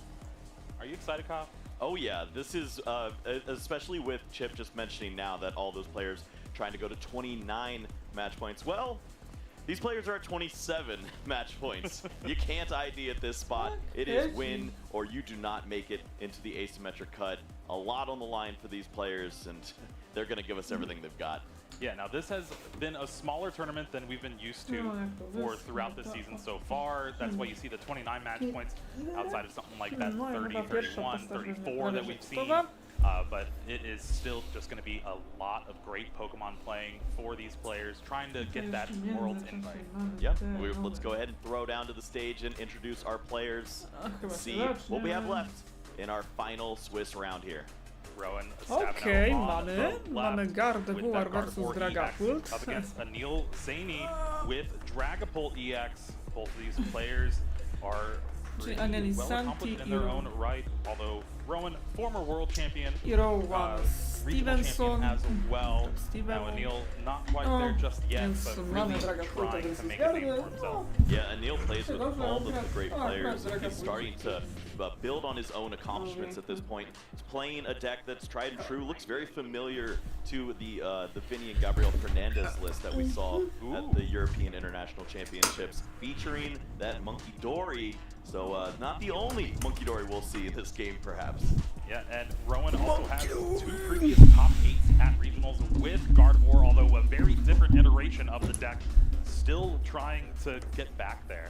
Yeah, you know, we keep talking about one last ride for some of these Gardevoir players. It's not going away forever. You're just losing Refinement Curlia. But he did include a couple of old tricks we're not used to seeing. Maybe it'll surprise some viewers at home. No, mamy kolejną gardę. It's going to be a pretty close match. Both of these decks at the top of our day 1 meta. And they're both trying to get into top 8 here. Remember, a win here, they're locked for top. This is what it's all about. Both these players will be playing quickly, trying to make sure that there is a winner established. 3 match points necessary. But the good news is, with all these players going for 29, your 30 might leave you out of the actual play-in of the asymmetric portion. Oh, you have to hope. That's always the best part, right? You're just like, all right, I did my job. Now I can sit and wait for everyone else to battle it out. When you get 3rd and it's like a top 13 asymmetric cut, you're just, oh, we did it. We're in. Now, I am definitely excited for this match. Gardevoir versus Dragapult has been really back and forth throughout this short meta we've had with Prismatic Evolution. Colin really putting in a lot of work, but then of course Monkey Dory with that Adrenabrain, you can just move damage counters around and really kind of just play at your own pace. Yeah, you'll see so often it's one player just taking a very aggressive approach, trying to accelerate through. No i tak, mamy oczywiście... Wow, Badu poleciał! Boże, here as we see one in the prize cards for Anil. No i Kirlia też w prizach, noszę jedna energia hell. Nie trzeba co wyjmować, Evo i Buffiny.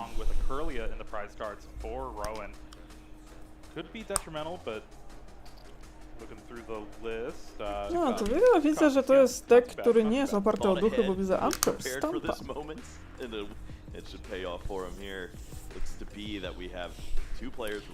No, co ciekawe, tutaj Ace-Packiem u Aliego jest dla odmiany Unforced. Też bardzo dobry Ace-Pack. Nie gra Giving our players the go-ahead. Round 12, last round of Swiss. Winner makes it into top cut. O! Ciekawe! 2 Badu! Czyli to jest takie na Badu. Attach Pass, no niestety. Ale widzę, że chyba jest też jego własna małpa. Czy tutaj będzie jakiś etap, w którym to będziemy się nawzajem obrzucać dosłownie gównem?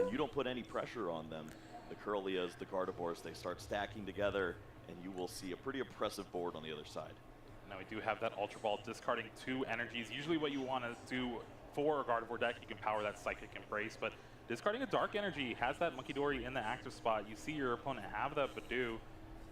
Definitely hurts a little bit, but you know Rowan knows this game plan. Yeah, it's not the worst thing to see the Darkness Energy in the discard pile already. You have a double copy of the Night Stretcher. Finding that energy when all it takes is an item card can be a little easier for you to search out later on. You're probably gonna Okej, no tutaj jest taki bardziej stricte na Badu, czyli chyba raczej wątpię, żeby były duchy, za to Unfair Stamping. I pewnie właśnie tutaj przed chwilą był ten Monkey Dory tutaj w ręce Aliego. Anisanti, który jest oczywiście Kanadą. Swoją drogą tam jest w ogóle bitwa Kanadyjczyków. As soon as you see that your prizes aren't too unsettling, just the one copy of Curlia in there, it makes you feel a little more comfortable that this could be a game at your own pace.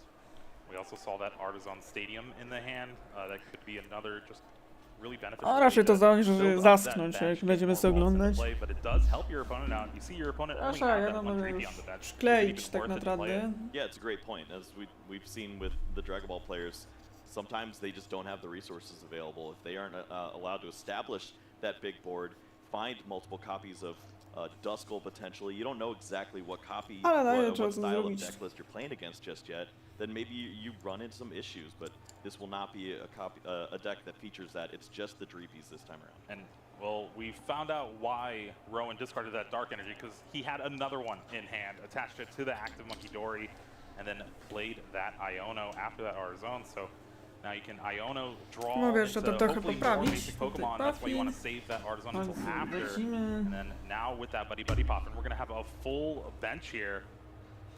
Seen what, 6 of the 10 energies already at this point. It's pretty phenomenal to get through that. It speaks to the Golden Go players that we've seen when they use that Energy Surge Pro. How easy is it to find the rest of your resources when you've thinned out all of those energies? No, tutaj w So you're gacie nie ma saying that sensu. Gardevoir should be playing Energy Surge Pro? I mean, they're already using coin bonus with refinement. Why not? Unfortunately, it doesn't really work that way. You want as many Psychic Energies as you can get. Okej, ja tu sobie zrobię tak Now, przodem. action back to Anil here. Is gonna Artizone himself. Okej, Artazol. No, Artazol Maybe get another no, Dreepy widzę down. Ursalunę. Maybe a Duskull. Well, Chyba it's Reklet not- będzie it's not dumny. that type Oh of- yeah, no Duskull, that's the right. Dragon Ball, yeah, you've got multiple Dreepy, but yeah, this is a turn where you'd love to establish that Lance potentially. Just depends on what's in the hand. The Buddy Poppins, honestly enough to get multiple copies of Dreepy down, and once you can establish all of the recon directives of the Dracloaks, that's when you find all of the tools you need to close out in a spot like this. Just bring all this pressure onto Curlias. It's just going to take a little bit of time, and you're going to hopefully see Badoo help out. Now this is the first time Anil's gotten to search through the deck, so this is where you see and what is prized. And again, nothing really too bad, but you do have that unfair stamp in the prize cards. Rare Candy, which is just the one of in the list. So gonna be having to play a slower game here for those Dragapults. Yeah, you tend to do this with this style of deck. You're not playing a Sparkling Crystal, so you don't get off to that No właśnie, bo tu jest trochę aggressive ciężej, no bo Sit tutaj behind akurat nie Badoo, gra się buy your niestety do time, tego but, Sparkling Crystals. Understand that there's also a clock here. You cannot put too many damage counters on the board, or you're walking into some issues with Monkey Dory. Now this bench is looking a little better than Anil started off with. Has an Arvin to go along with it. Gonna be eyeing down an Ultra Czy on Ball ma and new? that Forest E, Seal nie, Soulstone. Go ahead and grab something like that Luminion, maybe have another Znaczy za to control gra next turn, you can Crispiny, force więc Stone, to jest coś, kinda jakieś have that rekompensa. assurance in play. Ciekawe, no chyba widzę, że tu jest jakaś Defiance lista Fest, that one of braci cards, Fernandez, like that. widzę, bo Yeah, this might not be the każdy matchup rozpoznaje for it, ten as drobny we've seen element, a lot of jakim jest times Monkey this Dory is, i jeszcze do tego a ticket to survive kamizelka. against a Golden Go player. You give yourself some additional hit points that you'll need to withstand those big attacks, but this is a deck that features Tak, Defiance Based, którego mogliśmy widzieć chociażby u Lubiniego oraz Gabriela Fernandeza. will help you survive that big hit. Opted to grab that rescue board just as fodder to discard along with this counter catcher. Now this Ultra Ball will be able to find a Dracloak, and that's super important because remember that Rare Candy being prized, you have to get these stage 1s out as fast as possible. So only one Dreepy is able to get evolved this turn. And now you can start Recon Directive and just try to build that hand. Yeah, this is the unfortunate part of that opening turn. With the one Dreepy, you only have the single Recon Directive to help Tak, out. jedno You continue Dreepy. to Chyba, że see dojdzie yourself drugie, slowing to your będzie cards in hand. zajebiście. Yes, you're slowing your opponent down No dobra, nie with ma. Badoo, but you need some help. Finding a card No dobra, like no any i supporter oczywiście- or Lance to help out in the future would be really thankful. Done pretty much all you can do this No i turn, Ichi and we're Polen just gonna have wchodzi, dobra, Ichi Now that Polen. means no item cards for Rowan, but looking at the hand, there's not even any item cards. Just a bunch of energy, has that Curlia, and then I think an Arvin as Tak well. jest. It's just how he drew it up. Just Charm piles of jest energies, garda. but maybe some Curlia would be helpful at this spot. Arvin will take a look to see some cards, but it's probably just that technical machine evolution. That's the mainstay. No dobra, widzę, że też idziemy wolno. No to jest też pytanie. And then kind of fallen out of favor and then included back in Okay. just because of the itchy pollen threat.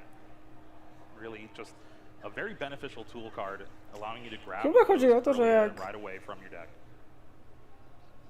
Well, I mean, this hand is set up for fireworks next turn with multiple energies. No tak, to jest jeszcze Monkey Dory, tak. No pamiętajmy oczywiście, że... Oczywiście Monkey Dory małpi biznes zrobi na jednej energii, chociaż to jakie to ma znaczenie. Tu. No i Ewo na garnach? Evolution attack from that tool card, and now 3 Kirlia on the bench for Rowan. This is where you want to be for Gardevoir. Yeah, this is a Rowan thinking about future turns. As you target down this Dreepy here, you understand that a No właśnie, trzeba też pamiętać o tym. No chyba raczej będzie, jeżeli dorwie się do... Then you only need the 4 energies from the Cresselia in order to take the O, ale knock. dobra, to jest good. Yeah, and looking at the psychic energies available Jest to Rowan, Lance! discard 1 on that Monkey Dory to retreat. That equals 4. No dobra, będzie Lansu? Chyba raczej Lance będzie, bo... Czy będzie Draklock i Dragapult. Tak. Mamy Dragapulty, mamy Draklocki. At the very end of its life.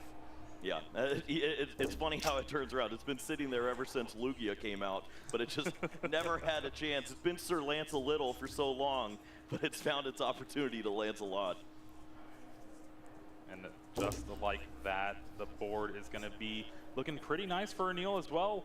Double Dracloak and then has that Dragapult to evolve. And honestly, if there's a fire energy in hand, we can even have that attack and just take out that Monkey Dory that's already been set up. It's a really strong turn here. You don't need to do much else than just add cards to your hand. Continue. No i wejść jest wesel, dobra, weselek się przyda. Wesele, jest, no chyba raczej zostawmy z tą mroczną na później. Crispin is going to be held on to and for a future turn, so I think you could go one more turn here onto the Monkey Dory. Yes, you'll probably lose a Dracloak in the process, but then you have a fully loaded Dragapult ready to go. Well, I guess one thing we could do too is Anil did draw the Dark Energy, or at least had it from the Recon Directive. Yeah, he did choose to grab it, so you can attach it to the Monkey Dory yourself and try to bring that 10 damage back off, but then there's 20 damage, and yeah, it doesn't really work out. This monkey play is... It's just monkey business. They're just passing Tak, it back wiesz, and to forth. jest monkey business. Okej, no to mamy dwie ognisty. Crispin will grab the fire energy needed for this potential Dragapult attack. I think you kind of just have to right now. No i chyba małpy jednej mniej. Jest i już Dragapult. No, zaraz nam się uda. A lot of damage counters on your opponent's side of the board, which is Itchy pollen, pretty okay. unfortunate when you walk into double Monkey Dory shenanigans potentially. Sprytne. Yeah, well, there is just the Itchy Pollen, 10 damage. Anil decide to attach to the Dragapult EX. Chyba wiem, bo chyba zaraz wysytupuję. So double Dark Energy Monkey Dory potential online for a future turn. Just now filtering the hand with those refinements. Every time you discard a card, draw 2. There's Boss's so orders. much.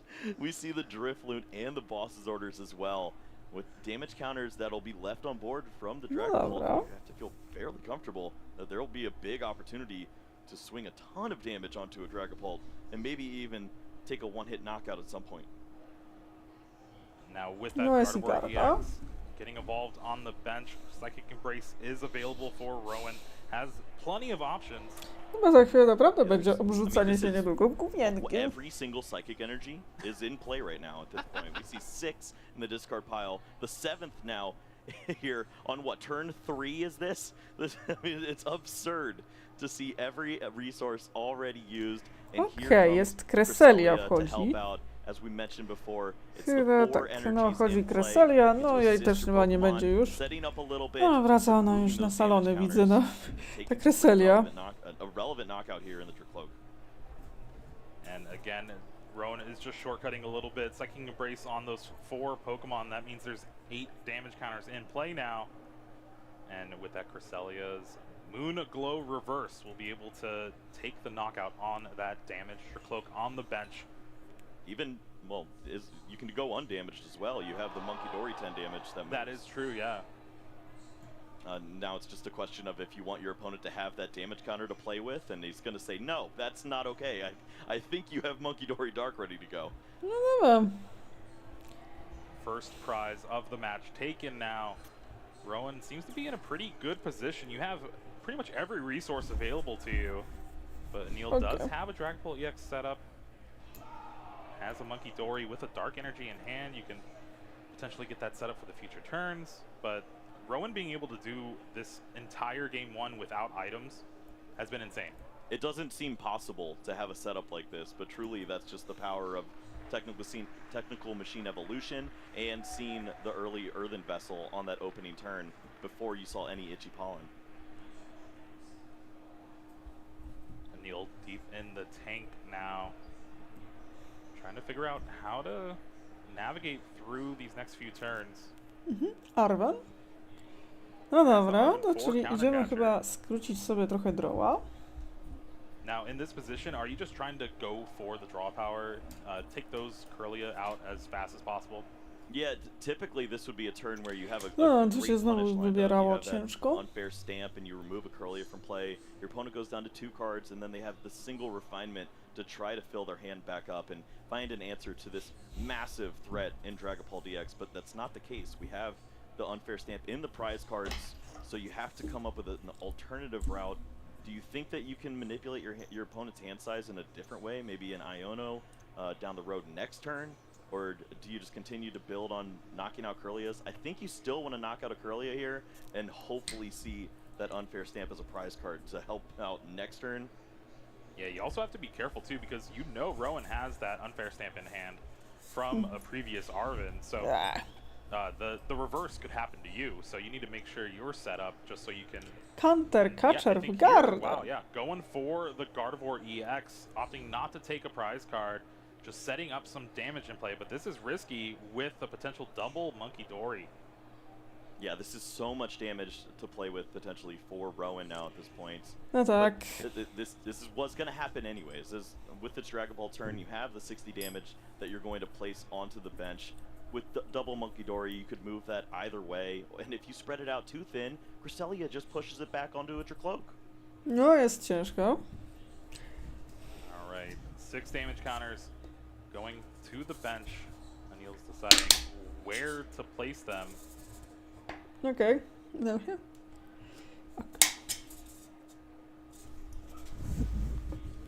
Opting for a little bit of a spread around, so this will just boost up that Cresselia.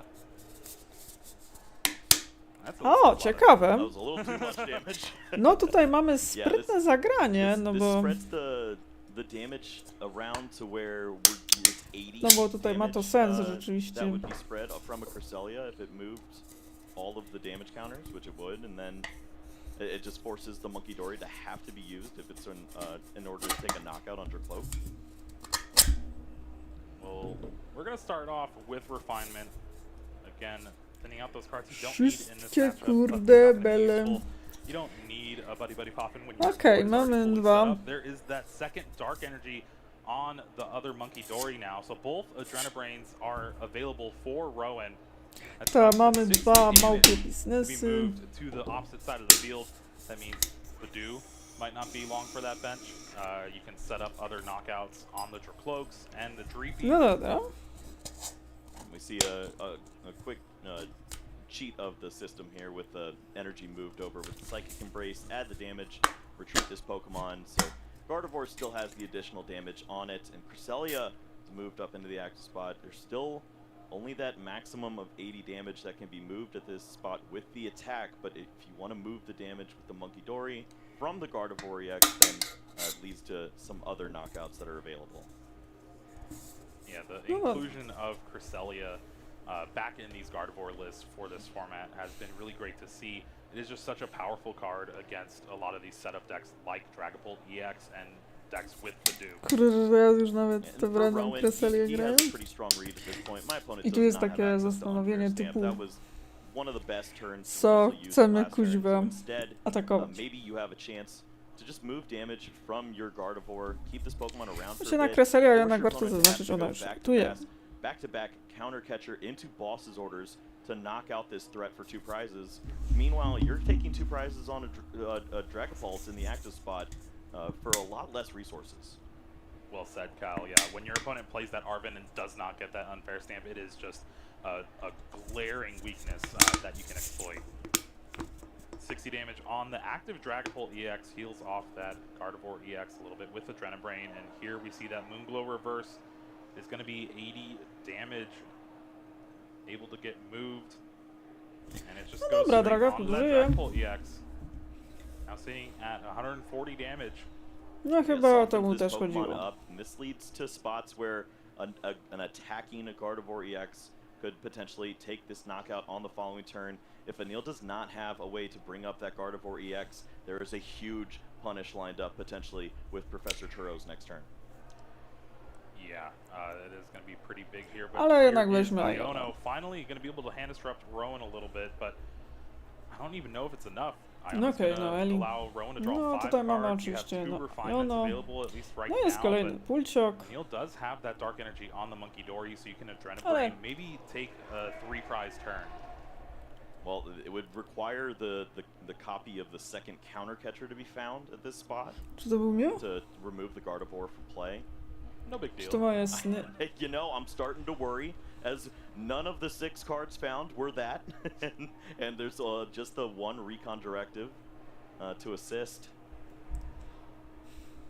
Thankfully, with Monkey Dory, a knockout on a Curlia is very feasible, but it just seems like a wasted. Ale przynajmniej knockout here draw on będzie the Cresselia. ścięte, tak?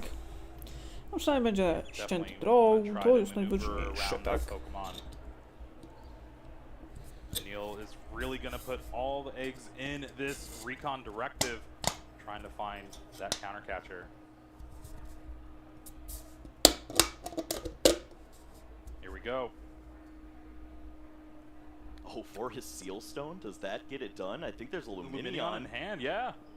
Tak, That, Lumineo. if you want to make counter this turn catchera happen, leci. you certainly could. It's just scary because benching Luminion is that's not where exactly you want to go. This could be Ultra Ball into another Dracloak. No, co coś possibly. szuka. Yeah, he opted to grab the Ultra Ball over that Forest Seal Stone. So, recon directive one more time. So good, we got to do it twice. And certainly the odds go Ale ma way plan B. down as it's guaranteed with the Forest Steel Stone. However, benching that Luminion limits your chances of winning this game drastically. Fezandipity and Jest Radiant czarownik. Alakazam. Fezandipity's not really going to do much of anything right now, but Co, mam Potentially, uciąć draw? there's that Znaczy, no kind of ucięcie by się przydało. Monkey Dory's so good. It is, and then we see it even in a deck that has no business playing it. There's one single copy of Dark Energy. 50, Makes no i all the tutaj sense in the kolejne world here. 30 As powinny it gives you this lądować. opportunity to just heal your Pokemon off and potentially avoid some of those big knockouts. Yes, the Cresselia is knocked out, so the Dracloaks get to breathe easy for a little bit here now. But the Cresselia, the Curlia knockout's the big key there. And Anil needs to find that unfair stamp, but unfortunately, it is sitting at the top of the prizes. Yeah, we're not finding that until the very end of the game. Yeah, when we shuffle for game 2. Like, oh, No that's właśnie, where to jeszcze Enej myśli, gdzie by tu stać. Neil ended up putting that Te extra damage counter kanterki. on the Gardevoir EX. Now Rowan has the opportunity to bring up a Pokemon, but it's definitely going to be a little tricky here. You're going to be able to retreat anyone you bring up, but with 110 damage on that Dragapult, there's 210 left, so a Gardevoir EX would be able to take the knockout. Was there a misstep here with placing the 30 onto the Curlia and then the 10 damage never resolved from the back of the Dragapult? No, the 10 damage went on the Gardevoir EX. Okay, I'm just wondering why we slowed down here, but it looks like we're all okay. Yeah, Rowan's was really debating about Ale this, tutaj wchodzi Kirlia? promotion. No się Decides to bring up zaczęło. that Curlia with the energy already. Okej, no to mamy From Candy the bottom. z bolą. Not great news if you're a Sadie fan. Rowan has access to a boss's orders in hand. Oh, that's, no, that's Turo. Turo. Turo might be the best play here. Turo is huge here. Counter catcher doesn't really help too much. O, issue tu with się Turo pojawia is that problem. You're not gonna gonna have a Curlia. You're not gonna have any Curlia. The pressure's right back onto you. You bench that Ralts. It's gonna be targeted the rest of the game by the Dracloak that already has the energy on it. I don't know if I like that anymore. It's been difficult for your opponent to target Pokemon on the bench. We saw the Turo reach to for the też już counter potrwała w was gardzie, no. pretty difficult, and finding boss's orders in the spot is just the one copy. Seems like Rowan's gonna go with the Arven here. Well, this makes sense. If you maybe this is a turn where Właśnie you chcemy... can incorporate getting some of these Pokemon back into play. No są You rzeczy, already które have są some istotniejsze, threats czyli established, chyba activated raczej Gardevoir EX przywrócenie. could be pretty solid. It's definitely a tricky turn for Rowan. Just trying to navigate through a potential unfair stamp, because you know it was prized. But now Anil took 2 prizes, so now that potential is back into play, and you have to make sure you try to set yourself up for the best route for the next few turns. Yeah, it doesn't feel like an unfair stamp turn, unfortunately, because you see the double Dracloak already lined up. Typically, you're knocking those Pokemon off the board, and then you find that swing turn where you clean up with the Cresselia, knock this Pokemon out, use the unfair stamp, and then your opponent's left with just 2 cards, maybe grasping at straws with one final recon directive. And this is really well done by Anil to space out the building of threats on his bench. Dobra, mamy Looks retreat. like Rowan is gonna opt for No i just znowu chodzi another Cresselia? Moonglow's reverse turn here. Psychic Embrace, Psychic to the active, 20 damage. Artisan found that Cresselia, and now Psychic Embrace will spread around a few more damage counters. You have access to both of the Okej, Adrenaline, znowu so you chodzi don't have to Cresselia. commit too much Psychic Kiedy Energies w to take a zasadzie knockout tu on a się Dracloak. dopiero co pozbyłem. And slowly but surely, you're healing off that Gardevoir. Yeah. Yes, this is a turn where you may be able to sneak down that Ralts, but likely it could be knocked out. But this is the beauty of that, is you now No, znaczy provided z powodu a threat that Dragapulta, Neil bo would ona like to kiedyś też remove. była He does grana, not ta concede Cresselia, ale another z powodu refining Dragapulta Curlia ona at też any chyba point in wraca na this game. salony. But that means that you're not A targeting po the rotacji już chyba nie będzie miała. Is there any potential that Rowan decides to target down the Monkey Dory? Yeah. Okay, I think we're going to see that here. 6 damage counters on that Monkey Dory thanks to both of the Adrenabrain, and you're going to be able to move 6 with a Moonglow reverse to take the knockout on that troublesome monkey on Anil's side of the board. This is a difficult Pokemon to bring back. I don't even think the cards are available to see the Monkey Dory return back into the space. So once you remove this threat, you don't have to worry about the Curlia or the Ralts being knocked out. Well, you have to remember there's still the Radiant Alakazam. Yes, thank you, yeah. And with that 7 damage counters on the Gardevoir EX on the bench, still is a play available for Neil to take another knockout on Curlia with that. No właśnie, no chyba to dużo nie zmienia, no bo tutaj The problem. Alakazam moved to the bottom with the after the Pheasantipity was drawn, but we see Nest Ball in hand, so this threat resurfaces once more. Did I say how much I love this matchup? There's so much stuff going on. No tak, tutaj już It's minęło. really great No, to mamy watch both these 25 players minut. just dance through all the technicalities. Temple of Sinnoh and a Psychic Energy found off this Recon Directive. Temple's not really going to do much of anything but get that Artisan out of play. Switch and a Lance. Best switch art. Agreed. No, no ma wędkę w grze. So Anil has avenues to set up multiple potential Dragapult EX with that Psychic Energy on the other Dracloak here. Musi mieć. Has access to that Radiant Alakazam. Pheasantipity, just depends on if you want to commit those Pokemon to the bench. Yeah, for Anil, this is a big spot. Do you feel comfortable with the size of your bench and trying to make this into a 7-prize exchange, or is this a turn where you can start to take advantage of what you see as a glaring weakness on your opponent's side of the board, and you're going to take 2 more prize cards here just one more EX knockout to close this thing out would be fantastic, and it limits so much of what your opponent can do next turn, as far as drawing more resources, ever playing Temple of Festivity. Simon, okay. I mean, you saw Rowan just take a turn to set up the board yet again with an No, Arvin, czyli wiecie, finding the zmiana super Artazar, rod, że... just trying to get any sort of draw power into play. And Anil just kind of senses a little bit of that weakness, and Defiance Vest doesn't really do too much right now, but... Thinning his win. Yeah.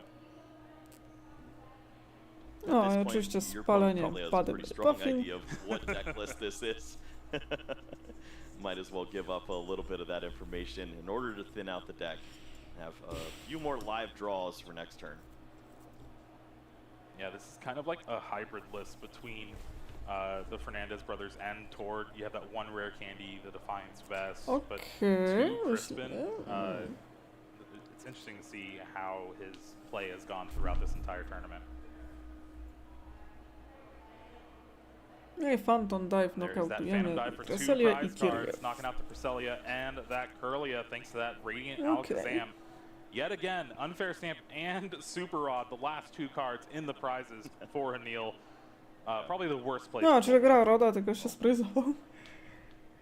It seems like a lifetime ago. No where we dobra, co saw to teraz Anil Rowan countercatcher zrobił? up that Gardevoir and No bo jest attack trochę in taka for a ton of dupa. damage, and it has resolved to his opponent just moving this damage every single turn. But it's been enough to where Rowan has had to change all of his plays, switch over to a clear Cresselia route, and it just does not provide nearly as much impact onto the board as Anil has with this Dragapult. Yeah, just with this turn, this Gardevoir EX is going to be completely healed off. Jeden co wchodzi. Monkey Dory really putting in a ton of work. But it has been an awkward game one for Rowan to navigate, and it's been a long game one too. We're coming up on just 22 No minutes swoją drogą left. pierwsza runda to trochę zeszła, trochę jak Seems like z a turn where the kapelusza. Gardevoir will have to attack into this Dragapult, taking a knockout. Monkey Dory has potential to Delikatnie line rzecz up ujmując, no some mamy oczywiście additional Skibidi, damage on the board. Ma Bażanta. Can you include Tak, the no i Unfair mamy Stamp in oczywiście this Bażant combination? leci. You have to think that that would also be Nie wiem, niektórzy nazywają go devastating. Skibidi. Pheasantipity, flip the script, draw 3 cards. Brzmi trochę już staro. I co tam dał nam Bażant? Kirlie, Rowan does okej. find a Curlia, so refinement Czyli is now fajny available Bażant. yet again. There's Earthen Vessel to find the Dark Energy. The third Monkey Dory is potentially there to find the triple push onto a Dracloak for knockouts. That'd be pretty good. You could then knock out the Dragapult, or you could... I don't even know if you knock out the Dragon yeah, Ball with the Gardevoir. you'd be just a little short at that point of the knockout, but No nie. I don't know. I think you have to remove this Dragon Ball from play. You have Pheasantipity on board. It's just with the Radiant Alakazam and the Dragon Ball, you can clean that up. Well, there is the energy attachment. Counter Catcher There you bringing go. up the Radiant Alakazam. We could maybe just see No i Scream Tail, Arwen. potentially. Well, I think with this No i spot mamy here now, Unfair you've Stampa. got the triple push. You can move on to one of the Dracloaks, knock that out, knock out the Radiant Alakazam with a Gardevoir in the active spot, and have massive amount of hit points. No threat of the Radiant Alakazam push onto the Pheasantipity. O And matko, you're just potrójne one turn away Monkey from closing this game Dory. out. Yeah, the bench is full, so Scream Tail is just out of the question. I mean, Anil's going to have to scream at this hand. He's got 2 cards left. There's nothing to do. He's got a couple recon directives and a dream. It's just what does Rowan choose to leave him with at this point? No, takie standard. Style. This has been such a back and forth. There is the 2 energies on Gardevoir EX. Now you have that 90 damage counters to be able to move around and take the knockout on a Dracloak. How often do you see this? Not, I mean, typically, yes, the inclusion is the 3 dark, the 3, maybe the 2 Monkey Dory, but it is the full 3, and all 3 are on board and being used perfectly with exactly 90 damage on your board right here. It's very clean, very clean.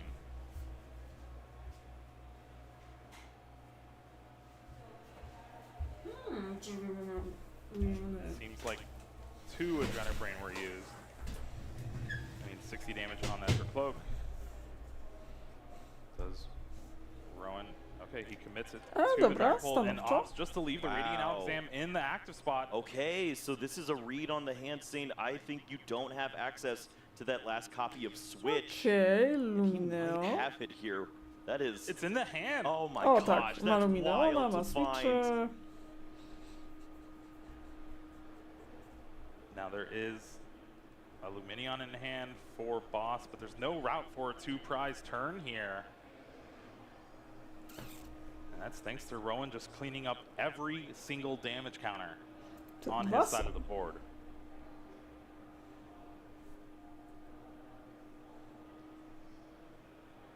Just a little over 18 minutes left in this game 1. You really have to feel that whoever wins this game 1 is going to win the match. Yeah, this is... you almost go into a gentleman's at this point with that understanding, especially with how this matchup plays out. Neil's going to think of just about everything in this spot. He still has that switch to hold on to. But your opponent 4 prize cards away. Okay, the knockout on the Badoo and the Dracloak is right there, unless you find the Dragapult and evolve at this stage. Czyli jeszcze pulcioka zrobimy. Well, there is that Ultra Ball. We'll be able to find that Dragapult EX. Did have to discard that for a Seal Stone, but if you're playing Luminion V down right now, it's just another liability. No, czy jeszcze utrudnić życie? Just continuing to stick around in this game. Knocking out the Monkey Dory gives you access to avoid the Dracloak being removed from play, but you're also thinking about the Badoo at that stage too. Just any knockout on a Monkey Dory seems fantastic. No tak, knockout na You almost wish you just didn't have to push this damage. I suppose it's the same thing with Gardevoir and the 4 energies from Psychic Embrace. The damage would be found either way, but it's not fun. Taking a look at the list too, there's access to 1 more Professor Turo scenario from Rowan's side of things. That could potentially come into play. Oh, we're going 1s. Yes. No i 1s pojadę. everywhere except for the Kirlia. Kirlia now in range of the rest of Dragapults. Guess what, Kyle? What? Anil finally found that unfair stamp. Just in time, right? I feel like when Rowan starts taking prize cards, it could be too late. But Anil did a great job of adding some additional hit points in this spot. We do see the Cresselia back in play. The 3rd time. Counter catcher says, please do not move this Pokemon. Let it stick once. Iono to 1. Tak, Anil i already kolejne used Iono. that switch last turn. Has 2 Professor Turo scenario in the deck. I don't believe 1 was used. Yeah, I'm not sure we've seen 1 yet, unless it was a discard at some point with Ultra Ball, but I think we would have recognized that. Just the 1 card in hand, still has 1 recon directive, but that's the beauty of Rowan's play from last turn.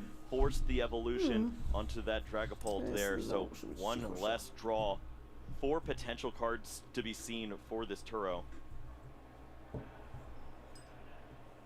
I believe we already saw that rescue board get discarded, so there's no rescue board energy retreat. It is all up to Cresselia. Can heal off your Pokemon, but this means that Turo is immediately that prize card. But I understand you're not adding enough onto your opponent's side of the board if you don't bring up this Cresselia. Do we have the 90 damage to take a knockout on the Dracloak? It's... Well, I mean, with Monkey... No. Yeah, you need a Psychic Embrace. Yep. So 10 damage left on the Gardevoir, which you allow the Radiant Alakazam I think we're just going to use. Double knockout here. Well, in this spot, you could just remove the Dracloak from play and then limit the draws. Yeah, so you Monkey Dory, take a knockout on the Badoo. Okay, now you have 90 left over. The Moonglow reverse, the Dracloak. Anil's going to be left with 2 cards, needing a Professor Turo's scenario to take this game and potentially the match. And Rowan hasn't even used Pheasantipity yet. Why not?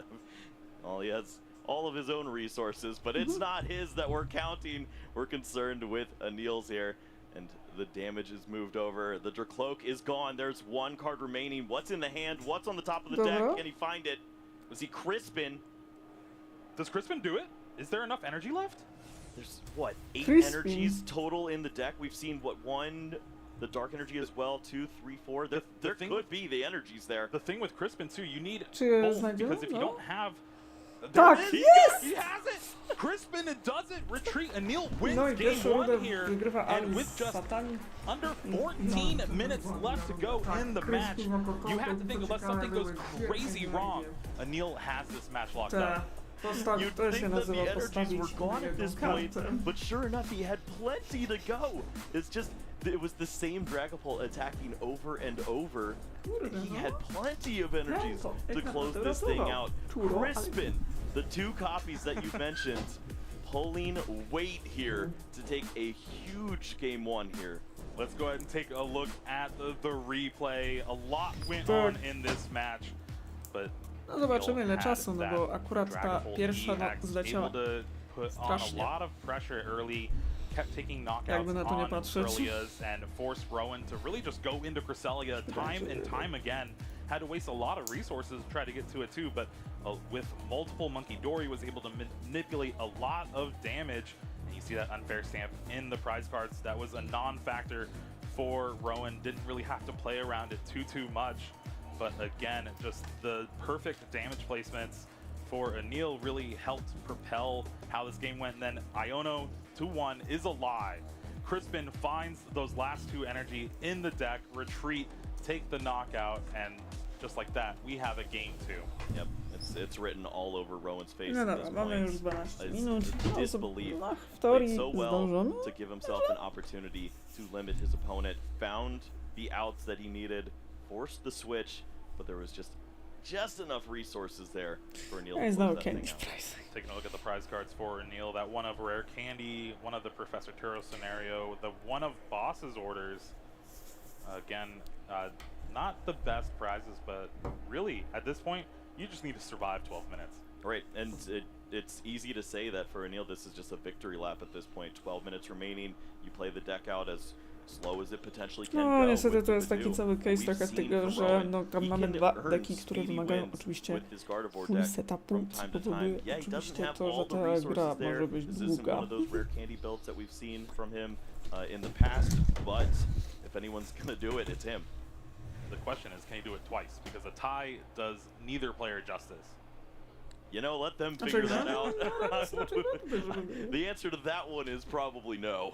Yeah, you could really just see the demeanor of both of these players change No, as that to result happened for game 1. Rowan really is just very reserved now, and seeing the buddy poffin for the double Treepy, this is already a better start than Neil had in the first No game. mamy Drippy. Yeah, and he has the Lance to follow things up. This is one of the better starts that we've seen from this deck. Constantly adding to the hand, adding those resources, and I mean, these are just every action, and they slowly start to add up. You take 5-10 seconds per action, the clock drips away. Okej, On pas. the Treepy as well, that's what you want to see. No, bez And z Rowan Manaphy, no is bo po putting on cholerę the mi jets. ona i tak Earthen nie Vessel chodzi. discards that Manaphy. Earthen Vessel discards that Psychic he just found for Jeszcze się grało Jirachi, ale Jirachi też dużo by nie dało. Okej, tym razem kobieta się koło Cresselia, która pomogła. Kirlia here. And I think we're gonna nest ball for Ralt's Iono, seems like. Put that Kirlia on the bottom so you can have it for an evolution later. No to Cresselia jest w Oh prajsach, no! ale spokojnie, Wow. heavy No ball supporter. It na seems like Professor szczęście nie. Turo's scenario in the No ale hand mamy for niestety Rowan. tylko 10 Now, the minut. rare candy is prized, so Neil's gonna have to rely off this Lance just to get those Dracloaks, but this is a great start for Neil versus a resoundingly terrible start for Rowan. No jest znowu Rowan, no tak, mamy no 10 minut do końca rundy 12. Jeszcze zobaczymy, no jak na razie się nie zapowiada na to. Znaczy Cresselia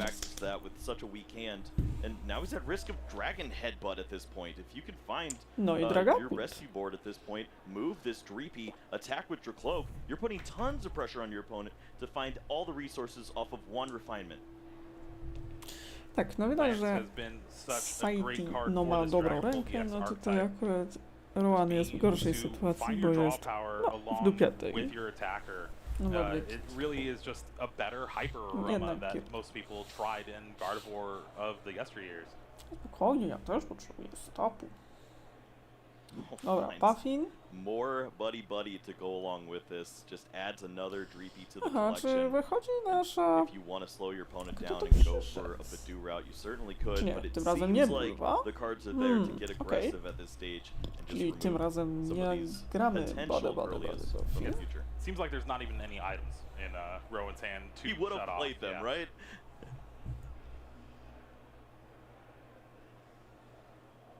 Second recon directive from Anil here finds Arvin Ultra Ball. Already has an Ultra Ball in hand. So we're going to see that Arvin for next turn potential. And the third Drifloak. Trzeci jest. There's that Jest rescue impreza, board you were jest... talking about, but no second energy for that headbutt. No szkoda.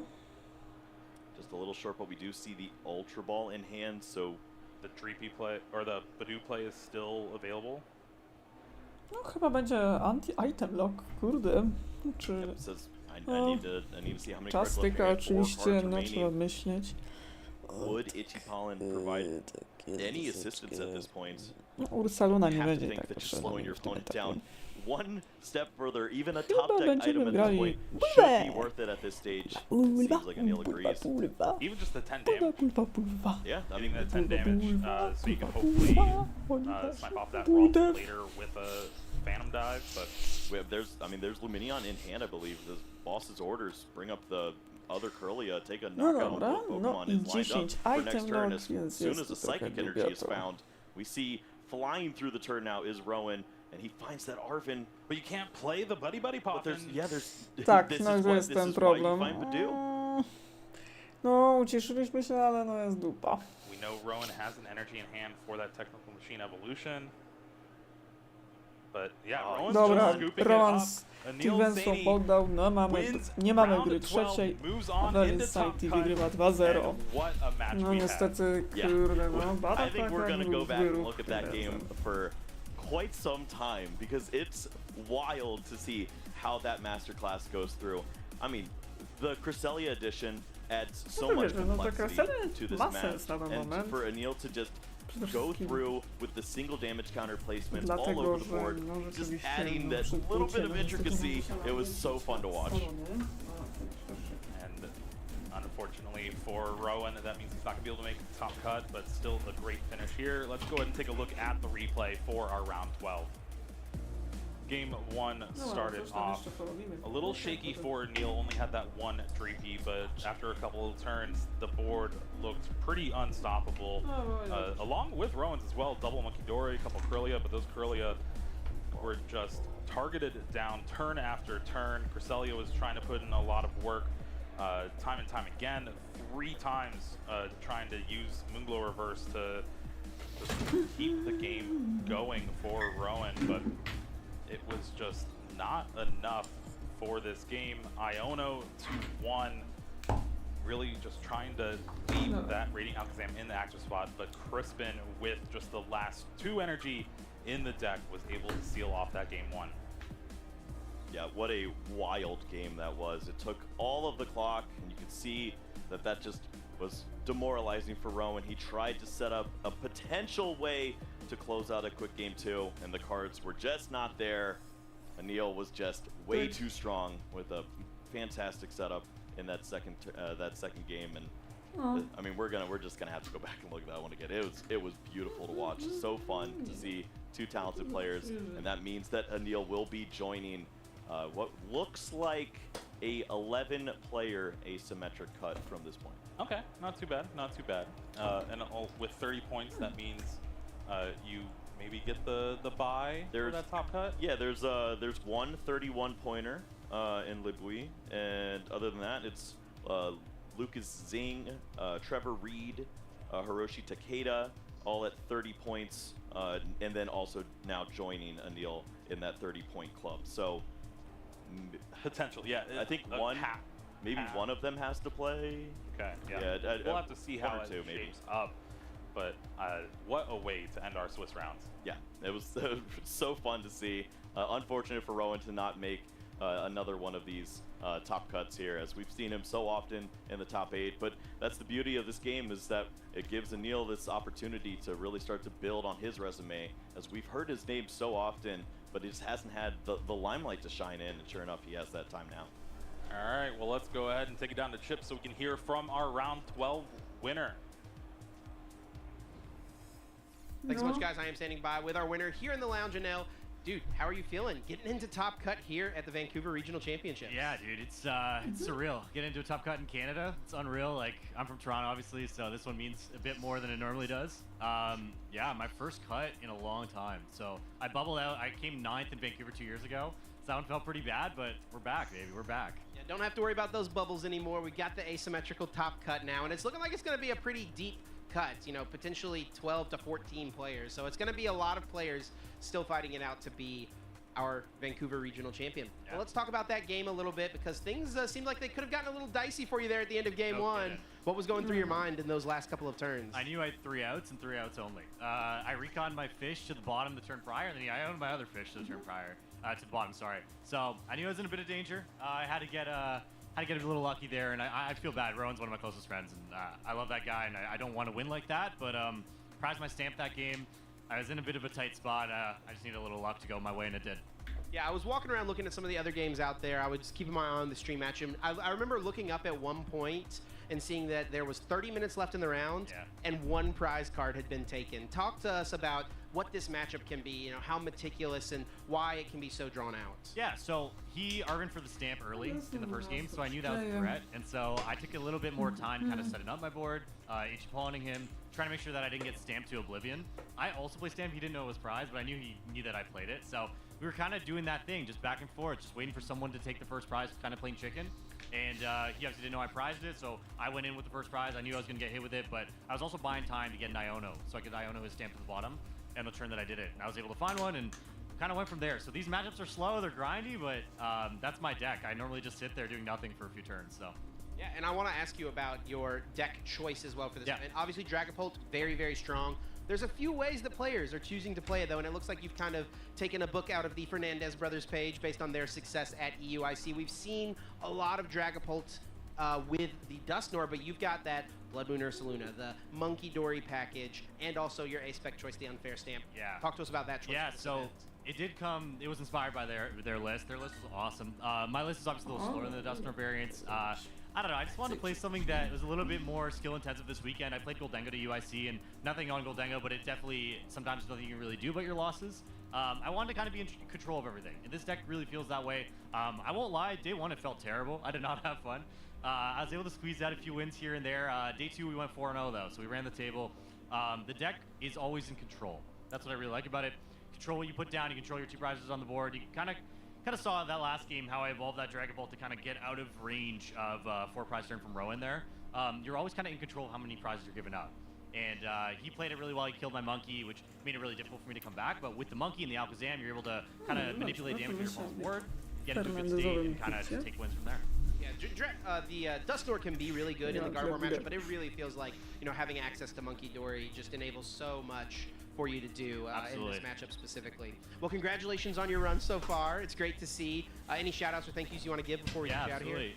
Thank you to Tyler. You same 60 the deck with me, just believed in me for no reason. I want to shout out the Shift Gear podcast. That's my podcast I do with my co-host Kieran. We have an episode every week. We release around the same time as the Uncommon Energy, which is not the best for marketing, but we're here anyways. I want to shout out Banana Games, my sponsor, Endgame TCG, making some amazing sleeves, and all my friends who came with me here today. It's been a fun event. Vancouver's always a great time, so having a great time so far. All right, buddy. I appreciate your time. We'll get you some rest, get you out of here before Top Cut gets started really soon. Appreciate you, man. Let's throw it back to the casters. Always great to hear from Chip with our winners. Anil just on top of the world for this Top Cut here in Vancouver and representing Canada as well. So we'll have to see how things shake up for Top Cut. It does look like 130 point is going to be playing. Yeah, well, in the time that I was speaking with you, and then we had one final game have a resolution, so it is a top 12 that it looks like at this point. Unofficial, of course, we're waiting for some more results to come in, but as far as those top players, it looks like that top 12 should be okay, but that means that one 30-point player will have to play in the asymmetric cut, so hopefully, for Anil's sake, he can avoid that. Well, we are in Canada, so let's go ahead and take a look at those local leagues that you can participate in, all the different stores. You have Everything Games, Draw for Turn Games, Van City, CJ Trading Cards, and Bastion Games. Now, some things for these games. Draw for Turn Games, they include every single kind of Pokemon game action, TCG, VGC, Go, whatever your flavor is, you can play there. And then, of course, a lot of professors are building up that Everything Games there, that community there, really just making a good environment for Pokemon. Yeah, it sounds like an excellent place to start your journey if you're looking to potentially join our community here. If you're in the Vancouver area, you have a great spot to learn from some great people here, and who knows better than a judge how to play the game and have a good time. And then now, if you are looking for your local Pokemon League, be sure to scan this QR code to try to figure out where all the Pokemon games are going on and how you can get better, and maybe you can be up here in top cut like Anil. Yeah, that's how everybody gets started. Seemingly, it feels like you have to see what's going on at your local league and then build up from that point. It's just a great point to lift off and find success at these regional and then major events that we'll continue to see throughout the course of the year. Speaking of major events throughout the course of the year, let's take a look at our NA schedule for the rest of the season. Now, we're here in Vancouver for the weekend, but coming up in just a month, it is Atlanta Regionals. First time there. It's going to be very exciting to see how that tournament. I don't know if we've been to Atlanta since the new era began. I've had some pretty good success over in Atlanta, but it was well over 10 years ago. Well over a decade ago. Yeah, we'll age ourselves that much, but it's an absolute pleasure to be back in that city. It's got such a love for the game and such a great community around it. I remember the Georgia marathons of old. It'll be an absolute pleasure to play here once more. Yeah, Milwaukee, Portland, New Orleans, and Anaheim to round out our season. It is going to be one that you don't want to miss for sure. I am definitely excited to see how Pokemon series shapes up for our tournaments.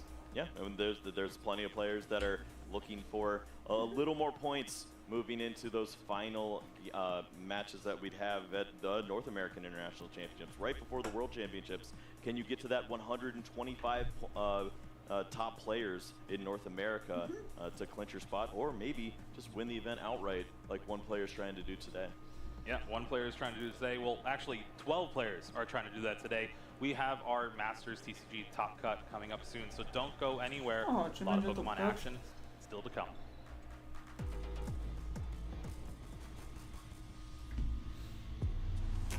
Pokemon fans, trainers, and communities from around the world, are you ready to see who will be the next Pokemon World Champion?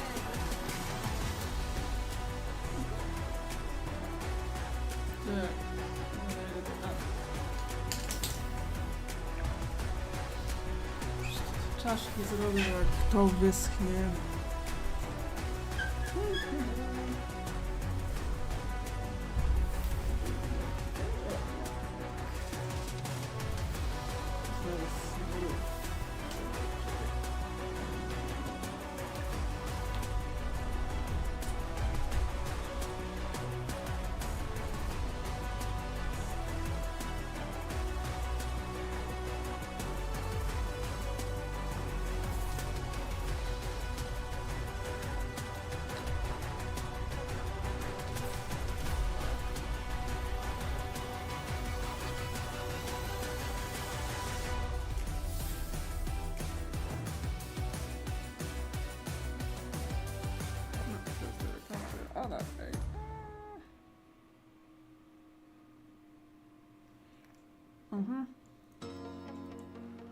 Our 2022 Senior World Champion making a name for himself. Feels amazing to win Yeah, Orlando Regional Championships.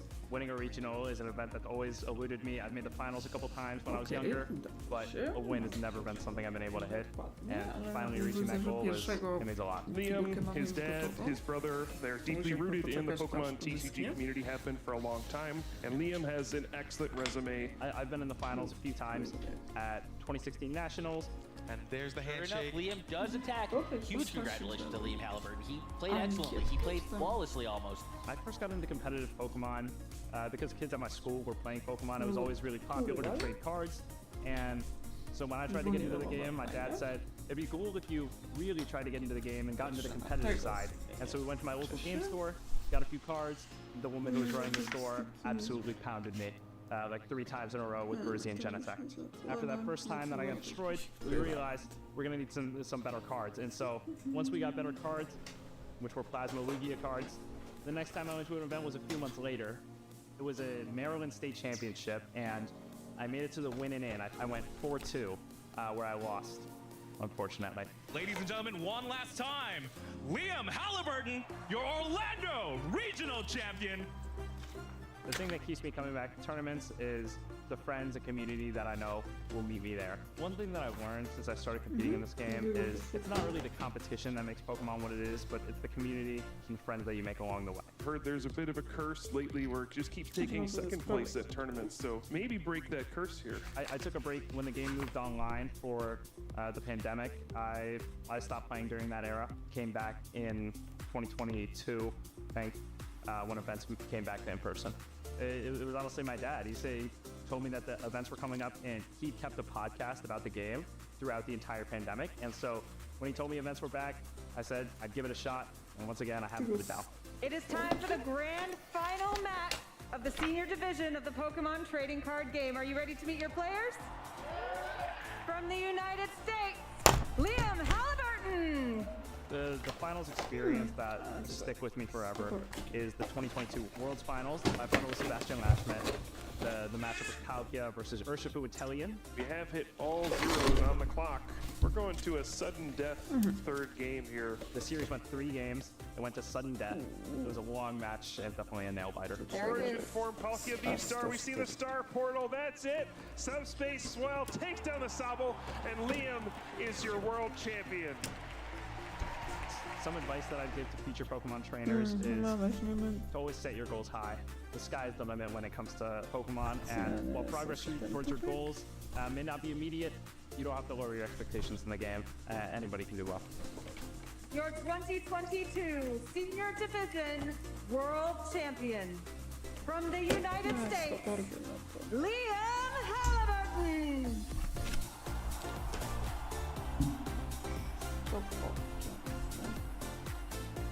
The player I look up to most is Tord Reckless. Tord is an incredible player. Every time I see him play on streams, he's constantly finding brilliant ideas, whether it's in the form of decks or play. Everything about his game is just incredible. Who's your starter Pokemon? My starter Pokemon's Rowlet. He's a cute little guy. I love owls.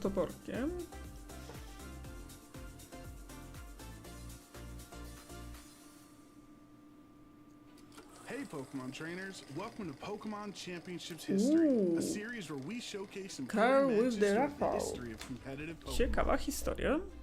In every trainer's Chcę journey, zobaczyć. luck plays To a jest chyba valuable Losbox. role. But what is luck? At its core, VGC is a game of risk management. The double flinch rock slide. Assessing when it's worth it to take a risk for the chance of glory. This is the game we play. And another flinch! Knowing every turn there's a chance the game doesn't go your way. Commentator Adam Dorothy had a favorite phrase that perfectly encapsulated luck in Pokemon. You've got to buy a ticket to win the raffle. Adam believed that luck leads to opportunity, and that opportunity can make for some of the most iconic moments in competitive Pokemon. You can knock out the Landorus. Oh my gosh! Exactly. Kuno gets it. Let's flash back to top 4 of the Salt Lake City Regional Championships in 2022. This was the first live event for Pokemon in over 2 years. With a new competitive format for the season and optimism all over the venue, Pokemon Sword and Shield was finally ready to take the spotlight. This was the first official event for the VGC Series 12 format, which allowed 2 restricted Pokemon per team. 2 of North America's best were vying for a spot in the finals. Joe Ugarte was a regional champion, known for succeeding with Sun teams. Groudon and Zacian were the restricted duo, but G-Max Charizard was the powerhouse of the team.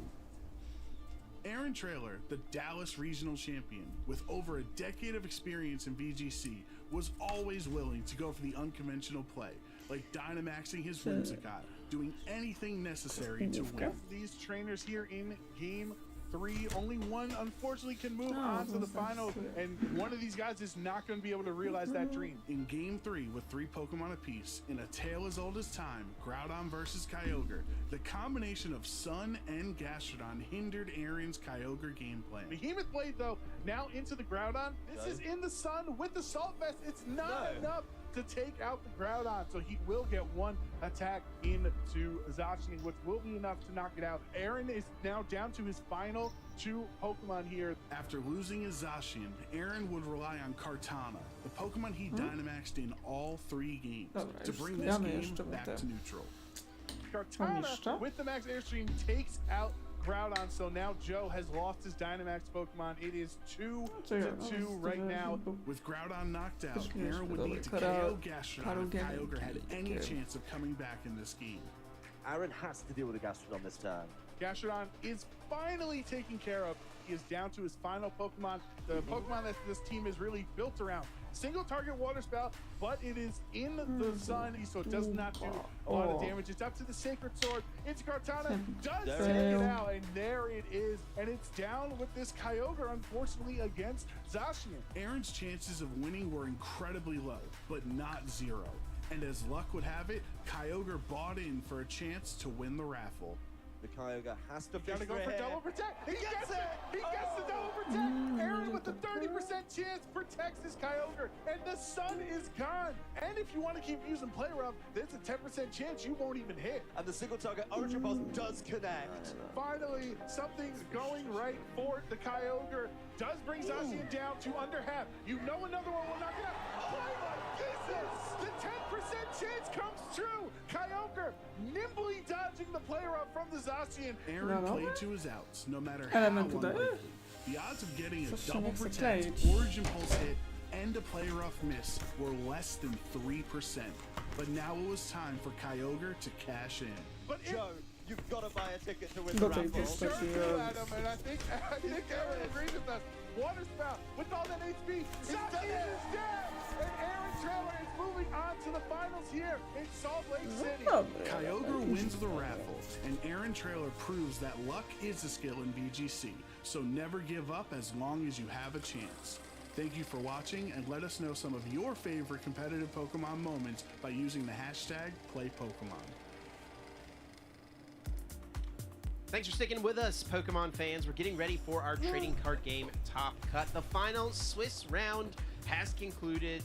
Just a couple more things being calculated, some resistances, some seeding, and we're going to figure out who our players are going to be in Top Cut. And it's looking like it's going to be a pretty big one and also a pretty stacked one. A lot of talent in our Top Cut, which I'm very excited to see. Chip Ritchie here in the lounge with Kyle Sablehouse and Jeremy Jalen. Gentlemen, what are you excited to see here? We know a couple of the decks that are definitely going to be in Cut. With that knowledge, what are you liking for this event? It's so tough to say. We saw some control slip in at the very end, so that always gets to be pretty interesting when you get into 75 minutes of Cut, but I have to think that Dragapult's still one of the favorites. Yeah, there's a couple Dragapult, couple Golden Go in Cut as well, so it always has a chance. You hit those right matchups, you can just squeak away a victory with a deck that really hasn't gotten that done. Yeah, I'm not going to lie. At this point yesterday, I didn't really feel that great about Dragapults. Obviously, Andrew Hedrick was doing really well, but he was about the only one, and now we see Anel get that win in the last round. He gets catapulted up. He's actually going to dodge the asymmetrical cut as well, which is very good for him. It's looking like a solid tournament. I was really feeling like Miraidon was going to do decently because we saw quite a few players up at the top doing really, really well. Azul Garcia Griego and Ross Cawthon, just to name a few, but their day twos did not go that well. Yeah, there's some interesting decks that we saw still in that top spot. The Archaludons that were doing well. There's Roaring Moon that actually ended up being the top seed. That's right. So there's a lot to think about there as far as the matchups for some of these decks. Yeah, Lei Bui, who we saw in the last round yesterday, have a really interesting game, ends up getting the win, and he continues to win. I think he went 3-0-1 today, with that one tie being the intentional draw into Top Cut. Turbo Roaring Moon in Top Cut here, Jeremy. Would you have predicted that heading into this event? I mean, I had one local that was on it for this event. They didn't do very well, but one thing I kind of want to mention too is the lack of Poison Party in Top Cut. You know, it just won EUIC. There was a ton of them doing well at the beginning of day 2, and I think I didn't see a single one in Top Cut. Yeah, we're gonna get those final words on our Top Cut here in just a moment. One thing I want to highlight too is there's a ton of really talented young players that are going to be in Top Cut. Connie Tran, someone who we've seen have a lot of success the last couple seasons. Caleb Rogerson, someone who's gotten a 2nd place at a regional championships. I mean, this could be an opportunity for someone to finally get that big victory. Because, I mean, these players, I think, are all talented and skilled enough to do it. Just do the matchups fall the right way and do the cards fall the right way.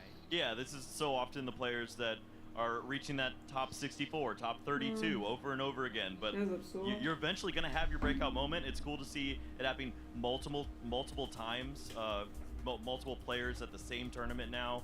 And for the Canadians too, this just means so much more. We heard from Manel. It means so much more to him to be representing over in this region, and he has a great chance to potentially win the whole thing.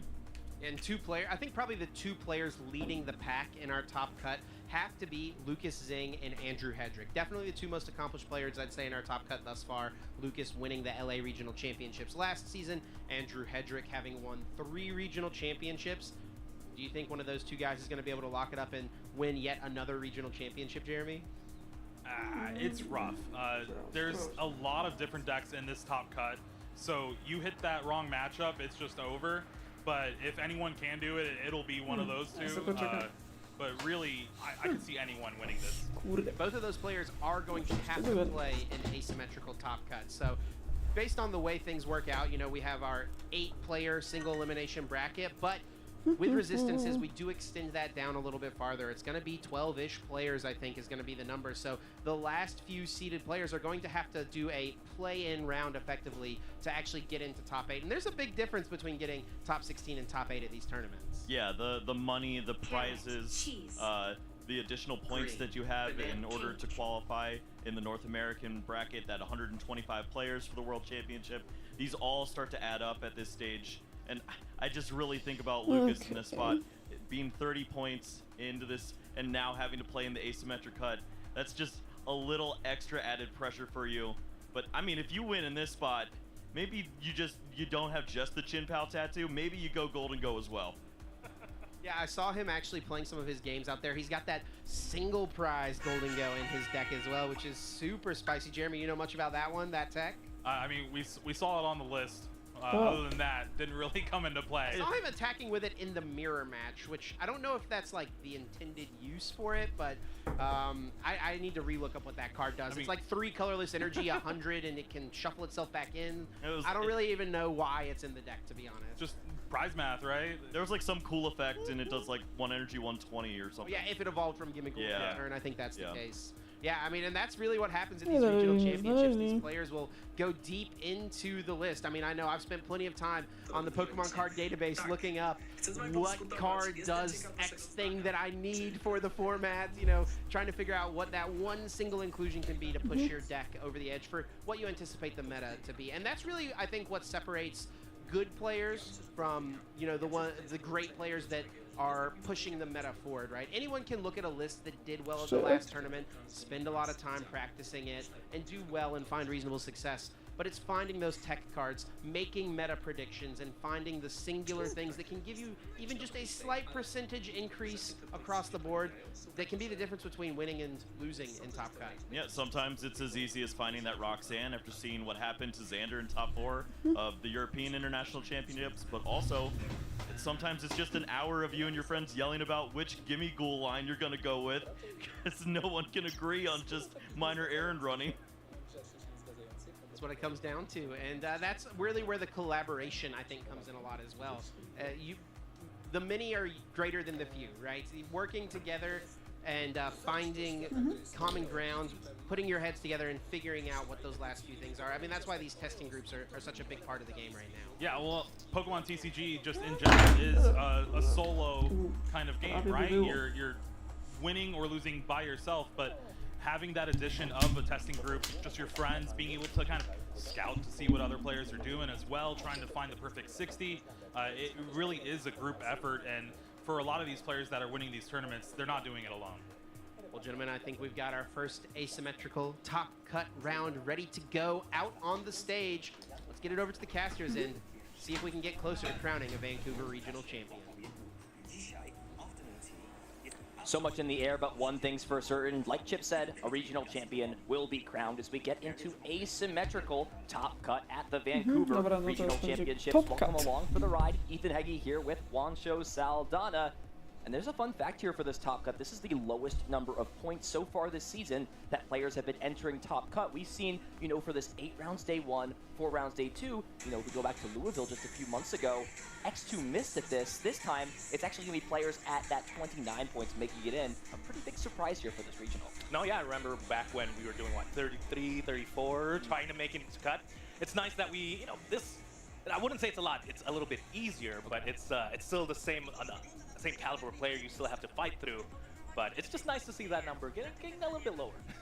Yeah, I mean, as kind of Chip and the boys talked about in the lounge, this is still a stacked roster of competitors looking to get regional wins. We've got players from outside of TPCI region playing. We've got a Japanese representative in the top cut, and we've got a total of 12 players competing it out here, right? So with the asymmetrical cut, players 1 through 4 in terms of the standings, after, of course, the 12 Swiss rounds have completed, will sort of get a bye in the top 16 like bracket, while the other 8 players are going to have to battle it out to see if they can make top 8. Yeah, and it's tough, right? One of those players, I believe in the 30-point range, still had to play around. In any case, we had to, because of the resistance at that point, just has to fight a little bit harder to make it to the top, but I'm sure we'll see some great things. I believe that player was Lucas, so yeah, every single player at 30 points or more, except for Lucas Zing, had to battle it out, and what a season Lucas has had. Not to, discredit, he's got to play that extra top 16 match, but, regional champion looking to, join a group of 2 ex-regional champions. He is, the solo regional winner in the Masters division in this bracket right now. We'll see if he's got what it takes. Yeah, no, I was also watching that same match that we were talking about on the lounge, and it was very, very cool to see how confident he is in every single card he plays. I think Goldengo definitely matches him really well. It's definitely it's basically Metal Champao, I suppose. You don't have to do Excalibur, but yeah, it was very, very cool to see, and I hope we get to see him again on the stream. Best of luck to him in his asymmetrical cut. Yeah, he's got the superior energy retrieval, so sort of the same deck, and that's also not to mention we do have another regional champion in the bracket, Andrew Hendrick. We saw him draw the last match naturally, and then took an intentional draw the following match. He's looking to become a 4-time regional champion. He's done it with 2 different decks at this point, with Lugia, and then of course with the really, really cool Dialga V-Star, which Dialga V-Star is actually making an appearance here in the top 16. It's not something, I could have confidently said going into this weekend. No, a lot of V-Stars are really making their last stand. I mean, if your bingo book is saying Juancho bringing up Lugia V-Star once again, well, you're gonna get that, because Lugia V-Star in the top cut, but as well as Regidrago and the Lugia, the Dialga you mentioned, again, last stand for all these decks, and all of these decks have really added to the history of the Pokemon trading card game. I'm excited to see, hopefully we get to see the Regidrago maybe show up. One last stand, I mean, I don't think I would be saying that besides this format, because I felt like there's no stream where we didn't have Regidrago, right? Well, this battle we have to showcase is one that has stood the test of time for months and months of the Pokemon TCG. Gardevoir versus Miraidon, 2 excellent young talented players will go down to the stage and showcase our talent. We've got Caleb Rogerson, a player who's been playing throughout the seniors division. He's the international champion of the seniors division, runner-up at a regional championship in a masters division, playing up against multi-time. Tak, i tu mamy Caleba Rogersona, czyli chyba widzę świeżo Yes, so much tak, young talent here Rogerson, right now, który and miał again, już na koncie między innymi bycie finalistą w Charlotte, Frankfurt, w seniorach, no i UAC Top 8 w Los Angeles, no i Merida Top 8, no i Manakina Train, czyli mamy Miraidona kontra Gardevoir. I'm sure that's probably older Kani than ma oczywiście some of these players we have right now on the stream, possibly. zeszłe But sezonie top yeah, 16. very excited to Charlotte, see both very Portland, interesting decks. 8. Maridon versus Gardevoir. Historically, if No i things 2000 on top paper, it's 8. like, oh, it's just a couple San of Diego, Iron Hands and no i then Baltimore Raichu top 4 potentially, but sezonu. I'm not counting out Makani. He has a lot of interesting things in his deck I do want to talk about once they show up. Yeah, Makani is a very talented deck builder. You know, he piloted this Arceus V-Star deck for a while with the numerous partners it had, even going as wild as, you know, Regigigas V-Star, a card that, you know, rarely saw a lot of play at all.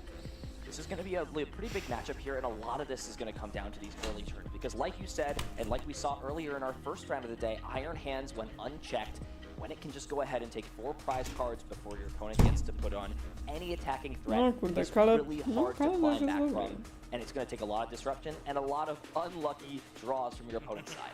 No, that's for sure. And no deck does Iron Hands better than Maridon, I believe, in it's the ability to find it itself, the ability to attack turn 1, right? We saw Iron Hands earlier from a Lugia deck. That takes a couple of turns to set up. Whereas again, Maridon, especially the Secret Box variants, you know, it's a lot, very Secret Box? To już jest base.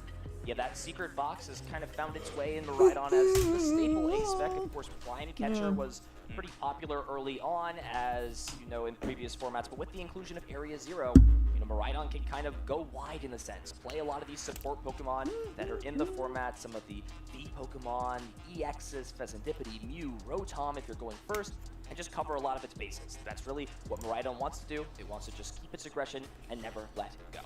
So we'll see who's going first, who's going second. Big pieces in this matchup. We'll find out, you know, who's going to have the opportunity to kind of just attack before the opponent. See what happens. So we'll get confirmation on who's going first and second as these players No tu will zaś put the prize Kresolia cards tu down. ma energię, Iron generator, Hands no i EX and the chętce. prize is a little bit annoying, as well as the Bravery Charm on Makani's side. You know, Magneton Boss, you got to prize 6 cards. I think besides, you know, the one piece from Makani and the one from No Caleb, ta we're gonna have Kresolia, a ale ona nie jest w tym przypadku potrzebna. Fine. Luckily, Magneton isn't like an early game card you need to evolve right away. Yes, Magnemite has very, very low HP, but if you're able to draw into the Magneton and finish out the game, I'm sure things would be fine. The Cresselia, not going to matter too much in this matchup. Possibly, it's always a good drag-up counter, a Dark Energy. I don't expect too many damage to be on the board, but again, that Braver Charm, that might be something to watch out for, that's for sure. Trying to keep things out of range is gonna be... No, można tutaj jeszcze pomalować te... Yeah, especially since it is the only one in the deck, you know, extending that HP for things like, you know, Scream Tail or Drifloon to take the knockout. You know, missing that piece, especially if you can't have it in the prizes, maybe a little bit of a, you know, frustrating piece to get having unavailable. But here we go, getting into our asymmetrical top cut. No So i much on the oczywiście line for both zaczynamy ze players. skłoka. Ciekawe. Alakazam. To w gardzie bardzo interesujące, muszę przyznać. Makani. From the Iron Hands, from the Maridon player, excuse me, and Maridon going first. I have to wonder if, again, Makani would have won going or whatnot. I'm sure either player would have loved to go second here. Looking at the board, though, is that a Radiant Alakazam? It is a Radiant Alakazam, you know, usually not the staple ace spec in a deck like Gardevoir. Makani is just one of these players who has respected Radiant Alakazam's power for a while. Again, played this card a lot in the Arceus deck and has now found use for just manipulating damage counters, being able to just capitalize off the Monkey Dory in combination with Alakazam to, you know, open up more plays that were not previously available.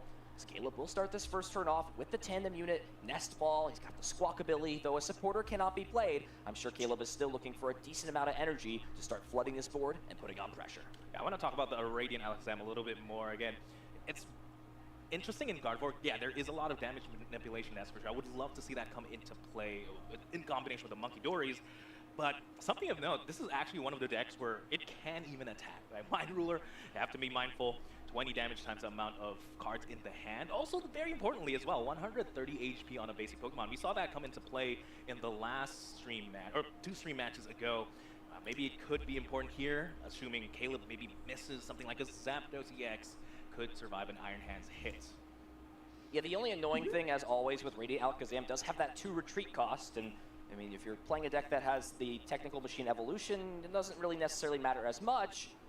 But, you know, if you ever want to go No to into a też card like jednak Clucky, it psychiczny can be Pokémon. a little bit annoying to pivot and move out. But this is an excellent start for Caleb. Chociaż Playing the ciekawa, Electric Generator, trochę playing the tutaj entire hand down, karty, tak? does hit Tak one lightning energy. dziwniejsza. You're always looking for that 2 lightning hit. But as long as you get an energy down this turn and then No to attachment, you know, mówię. even if you're under item block, Forest Seal A, no Stone can to be a już jest- bailout to find you that double turbo energy. That Aha, sort of czyli seems to be robimy the standard at this point for współgrę. Rhydon. That 1 double turbo just providing so much value. Yeah. And man, 280 HP now on that Iron Hands EX could be tough to deal with.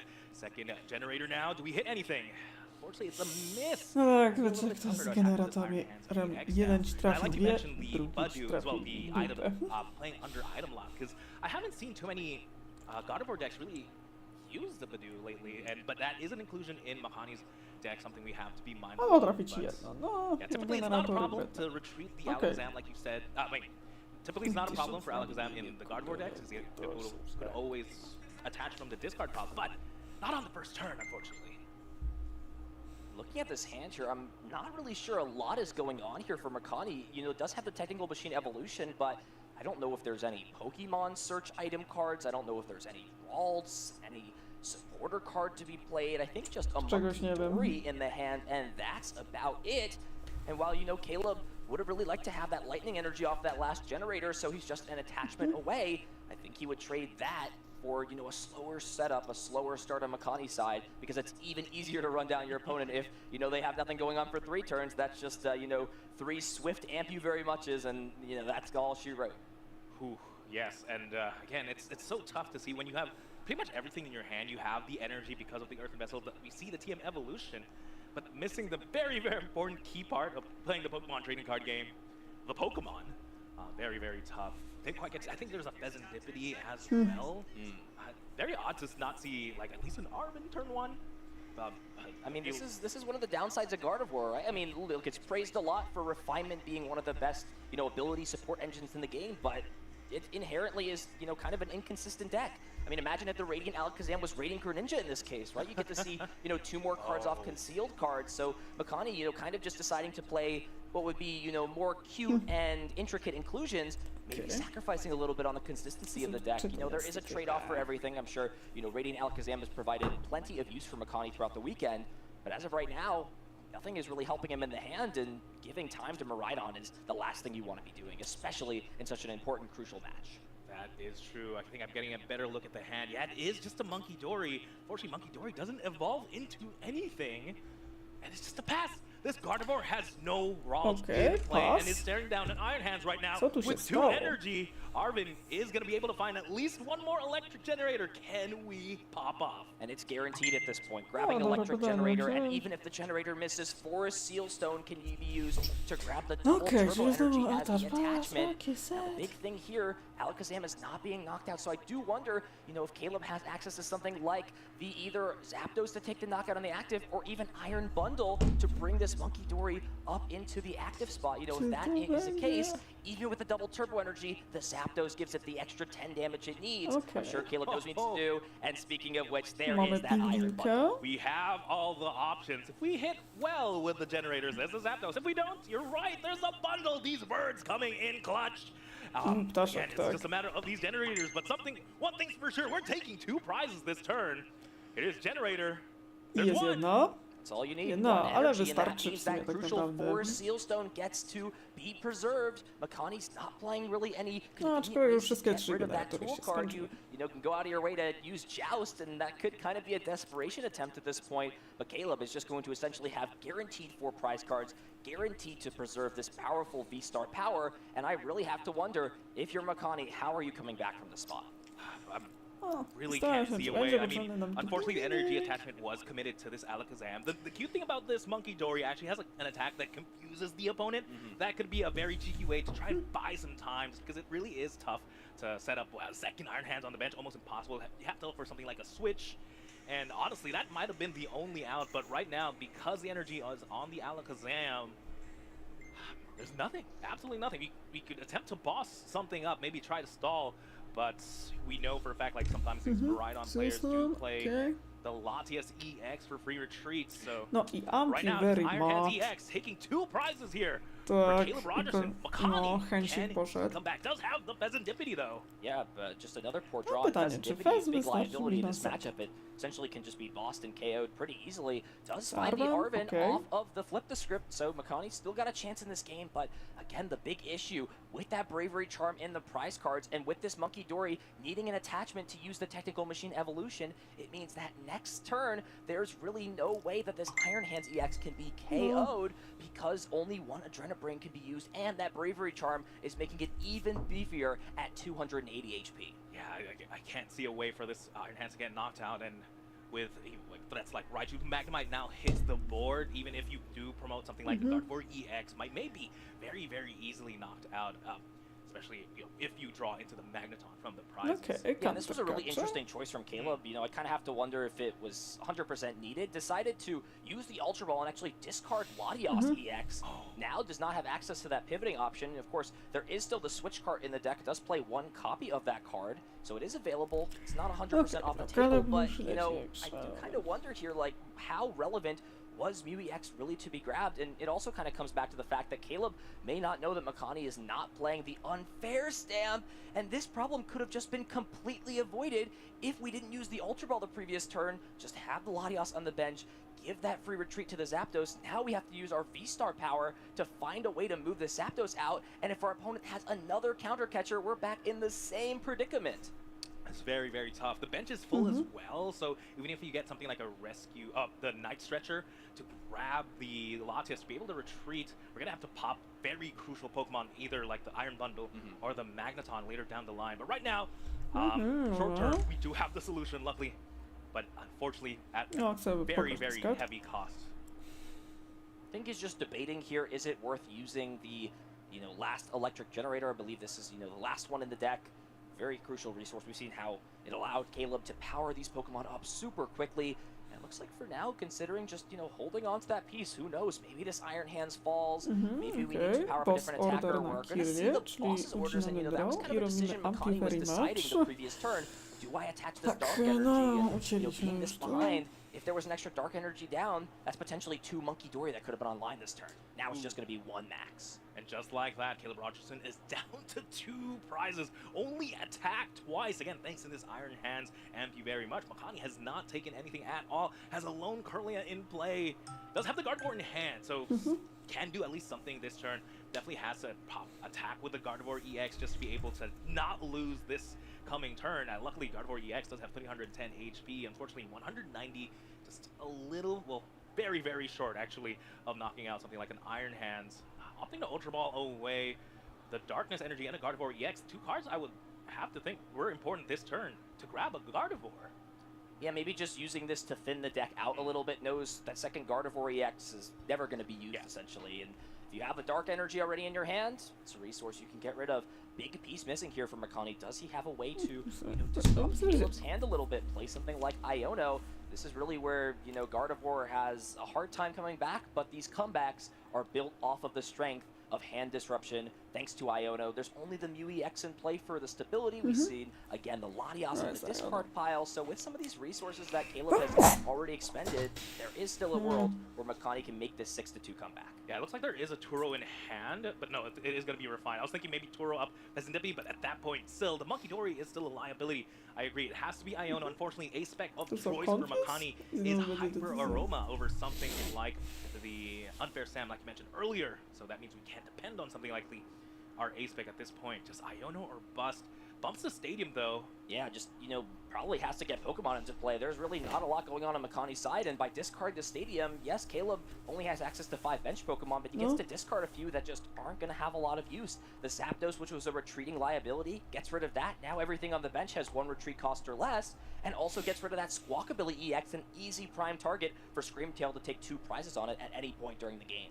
Yeah, not too bad of a stadium bump there, but right now, looks like trying to find another Monkey Dory. Unfortunately, there's no way to really power up both Monkey Dories attached to Dark Energy on both Monkey Dory, no energy switch or anything like that. And even if Makani did, that's again because of that Bravery Charm, because Iron Hands is here to stay.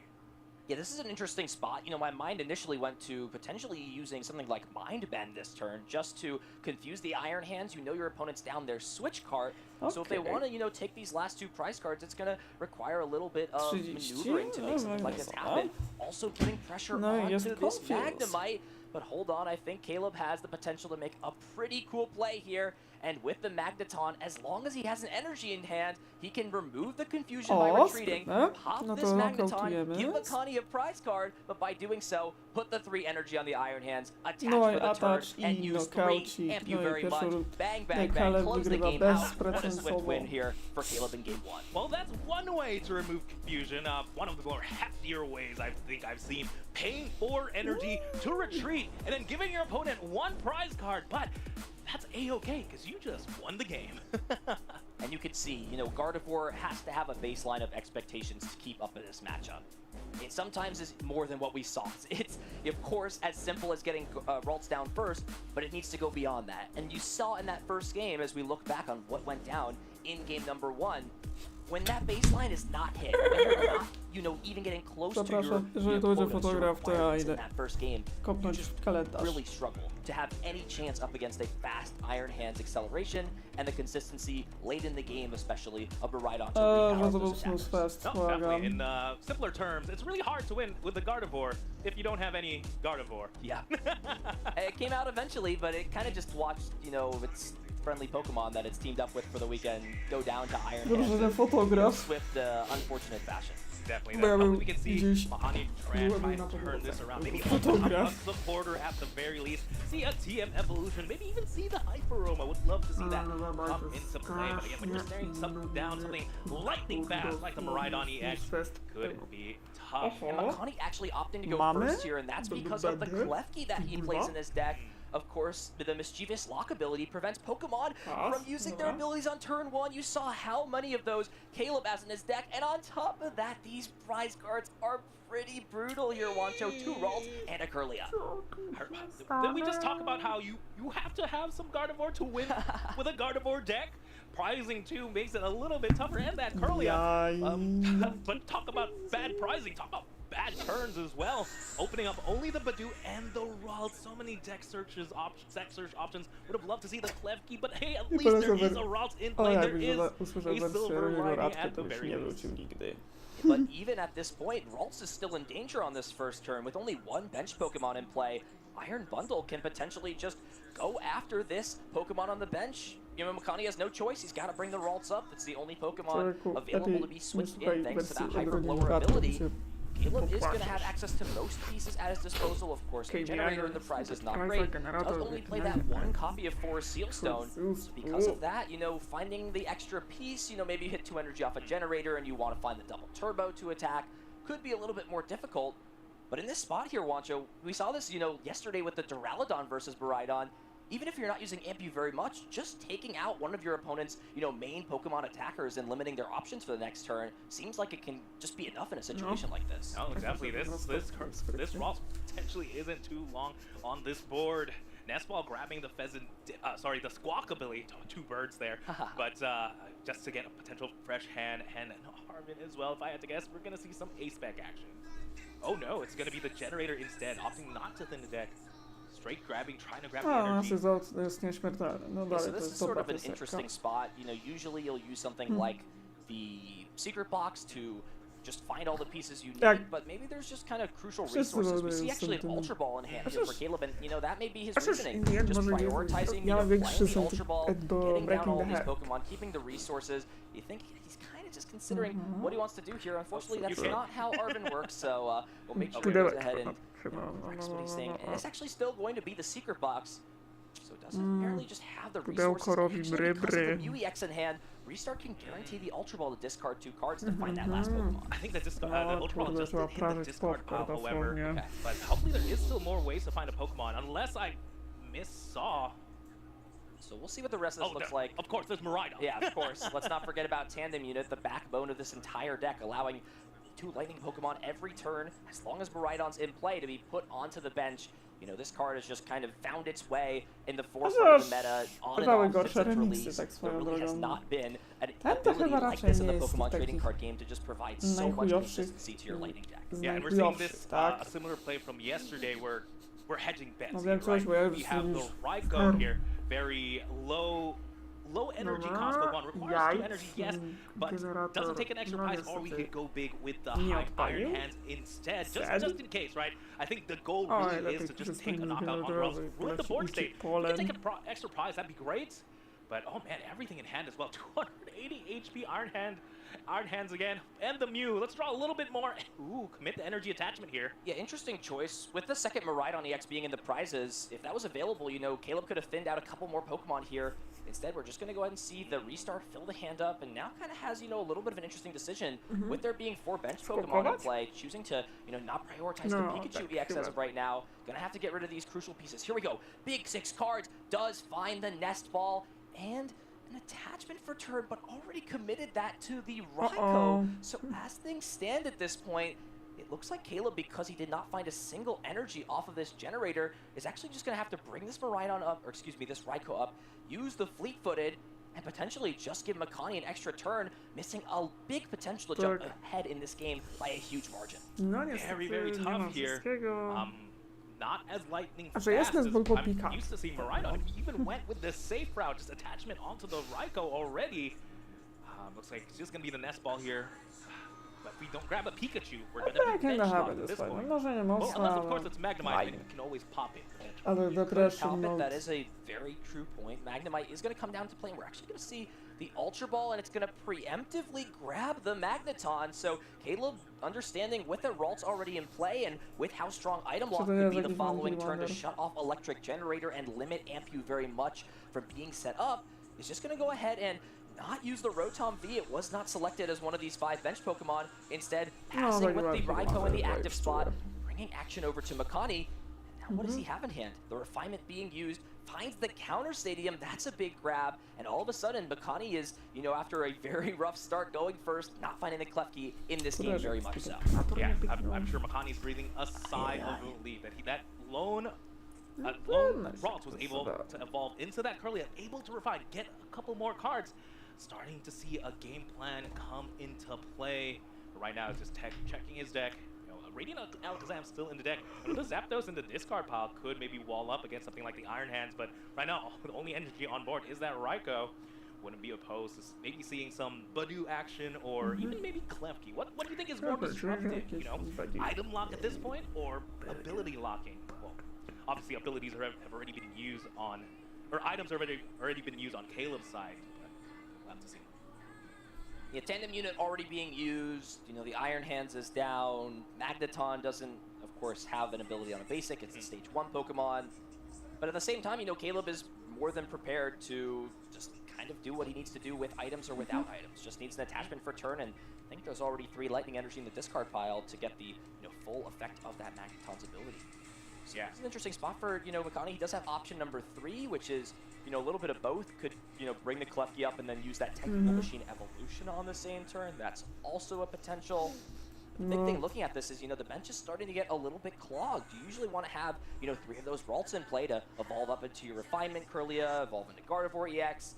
And right now there's already 4 Pokemon in play. 2 of those are kind of just supporting options, and the active Pokemon also supporting options. So the space might not even realistically be there for Klefki. I'm sure Makani, if he would have benched more Ralts. Unfortunately, we do know 2 are prized, so this is literally everything he's got, as Iono is going to be played. In that case, maybe some item lock action will definitely help out, since Magneton is going to be shuffled to the bottom of the deck.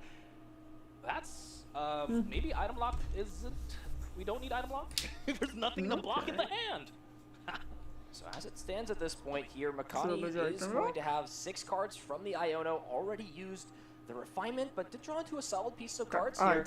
We'll just go ahead and see the, the Itchy Pollen for the turn. Has the Lightning Energy, but there's nothing else going on in this hand here for Caleb. Just going to have to use Lightning Rondo for the knockout. And hold on here, Makani, you know, after a rough turn 1, did have a solid turn 2. With Curlia in play, Gardevoir is a realistic option to get online, and there's even 10 damage on this Raikou already, meaning perfect math for Miracle Force to take the KO if he so chooses to. Yes, very, very nice that just lined up there. Opting to promote the Ralts as opposed to the Curlia straight up, maybe trying to get some damage on board to try and move with the Monkey Dory as well. But perhaps what else is in the hand? It didn't get quite to see post the Iono. At least we have the refinement. Oh, student heavy ball. Yep. Gets the third Ralt into play, and most typically you only need 3 really. The 4th is a little excessive, so that is great there. What is the plan this turn? I'm sure, for sure, Raikou should be able to go down here. Should be able to get knocked out if we can get enough energy into the discard pile. Right now, I believe it's 0. There's 1 in hand. We still have refinement. Choosing the bench of Pheasantipity as well. That's more cards, more resources to work with. Let's find the Darkness energy. You know, that is crucial for getting Monkey Dory online. And the Arven in hand can guarantee that Earthen Vessel, meaning 2 refinements, discarding both of those Psychic Energy. As long as Gardevoir EX is in the hand, it can get in there, swing, and you really rarely see Gardevoir EX take the prize lead against Miraidon. And Wancho, when that happens, it usually means Gardevoir is in a pretty comfortable spot in the game. Again, Makani finding his way back. Again, Caleb gave him 1 turn, and 1 turn is all he needed to come back into this game to essentially steal the lead. And going back to Caleb's turn, even after this Raikou, I don't think there is a response at all. Yeah, there is some positives, you know, in the circumstance of your Raikou getting knocked out. You do open a bench space up so that you can, you know, get the Pikachu EX down. However, interesting to note, the other Area 0 is in the prize cards for Caleb. So as things stand right now, Artisan's going to kind of just be sticking in play. And with that being the case, you know, Caleb's deck is built to go wide to support his aggressive strategy of, you know, using these Pokemon over and over again, putting a bunch of support Pokemon in play without Area 0. Kind of saw that again yesterday. Deck can really struggle to keep up. Yeah, Artisan's so powerful, especially in this Gardevoir. Imagine getting your main attack, a couple of your big attackers as well, like the Scream Tail into play, even Drifloon potentially. Those are big attacking Pokemon, and you can find them off a stadium. This is why Gardevoir is just so consistent once you get the ball rolling. Now 4 energy cards in the discard pile. Ultra Ball in hand, Gardevoir essentially guaranteed. Things are looking great here for Makani. An interesting choice for which Pokemon he decided to promote this turn. Was thinking about promoting the Gardevoir, or rather the Curlia to start the turn off. And you know, this does kind of make me wonder what attacker of choice Makani will decide to use. The Gardevoir, you know, can take the knockout on this Raikou, but you know, if your opponent pops off, uses the Magneton and the Raichu, you know, they could find a way to get a knockout here. But at minimum, right, we're going to see, actually considering putting down another Pokemon, it is going to be the Ralts instead of the Monkey Dory, just again because the bench is just a little bit cluttered with support Pokemon. And here we go, retreating into Gardevoir EX, only needs 2 Psychic Embrace, so 4 damage counters on both of these Pokemon, but thanks to that Adrenabrain ability, these counters are going to be cleared off slowly but surely and put pressure onto Caleb's side. Yes, 30 damage, preparing for that Iron Hands EX. That Iron Hands EX is now down to 250 effective HP with that Bravery Charm. And just a couple more Monkey Dories and attacks should be able to get taken down. But right now, back to Caleb. There's a Luminion. There are cards in hand that definitely help out. The Electric Generator definitely works out as well, but it's going to be tough to knock out something like the Gardevoir EX. Typically, knocking out a Gardevoir EX involves something like the Raichu and the Magneton coming into play, but you like to Chociaż say na that szczęście for większość ludzi down the akurat line. Now, your first 2 prize cards, your first 2 ryzyk, prize cards wyrzuca i tak Iron paragony. Hands EX. Maybe there is a line with something No raczej like, BMT-ki mogą być not faktury. even Iron Bundle, because thanks to Pheasantipity in play as well, if we commit to the Iron Hands play plus the Iron Bundle, there is a safe Pokemon to retreat to. And you can see here, Wancho, the fact that Caleb has just not been able to put on solid aggression early on in the game is really just leaving him with very few options. We're going to see Luminion if he get put into play. I mean, as things stand here for Makani, there's 2 very simple targets to knock out, right? You've got the Squawkabilly EX on the bench. That gets knocked out to a Scream Tail. That's already in play. Luminion can, you know, have the same thing happen with a Monkey Dory. And, you know, yes, you're going to take 2 prize cards here, but at the end of the day, Makani is a very realistic way to just respond in kind. And as a Miraidon deck, there's really not much you can do to take 5 prizes in 2 turns. Yeah, this deck is not known for disruption as Znaczy nie well, znasz takiej so duży, to these sporo Pokemon are ludzi here to nawet nie stay wierzy. on whatever Makani tries to set up in his hand, it will be there to stay.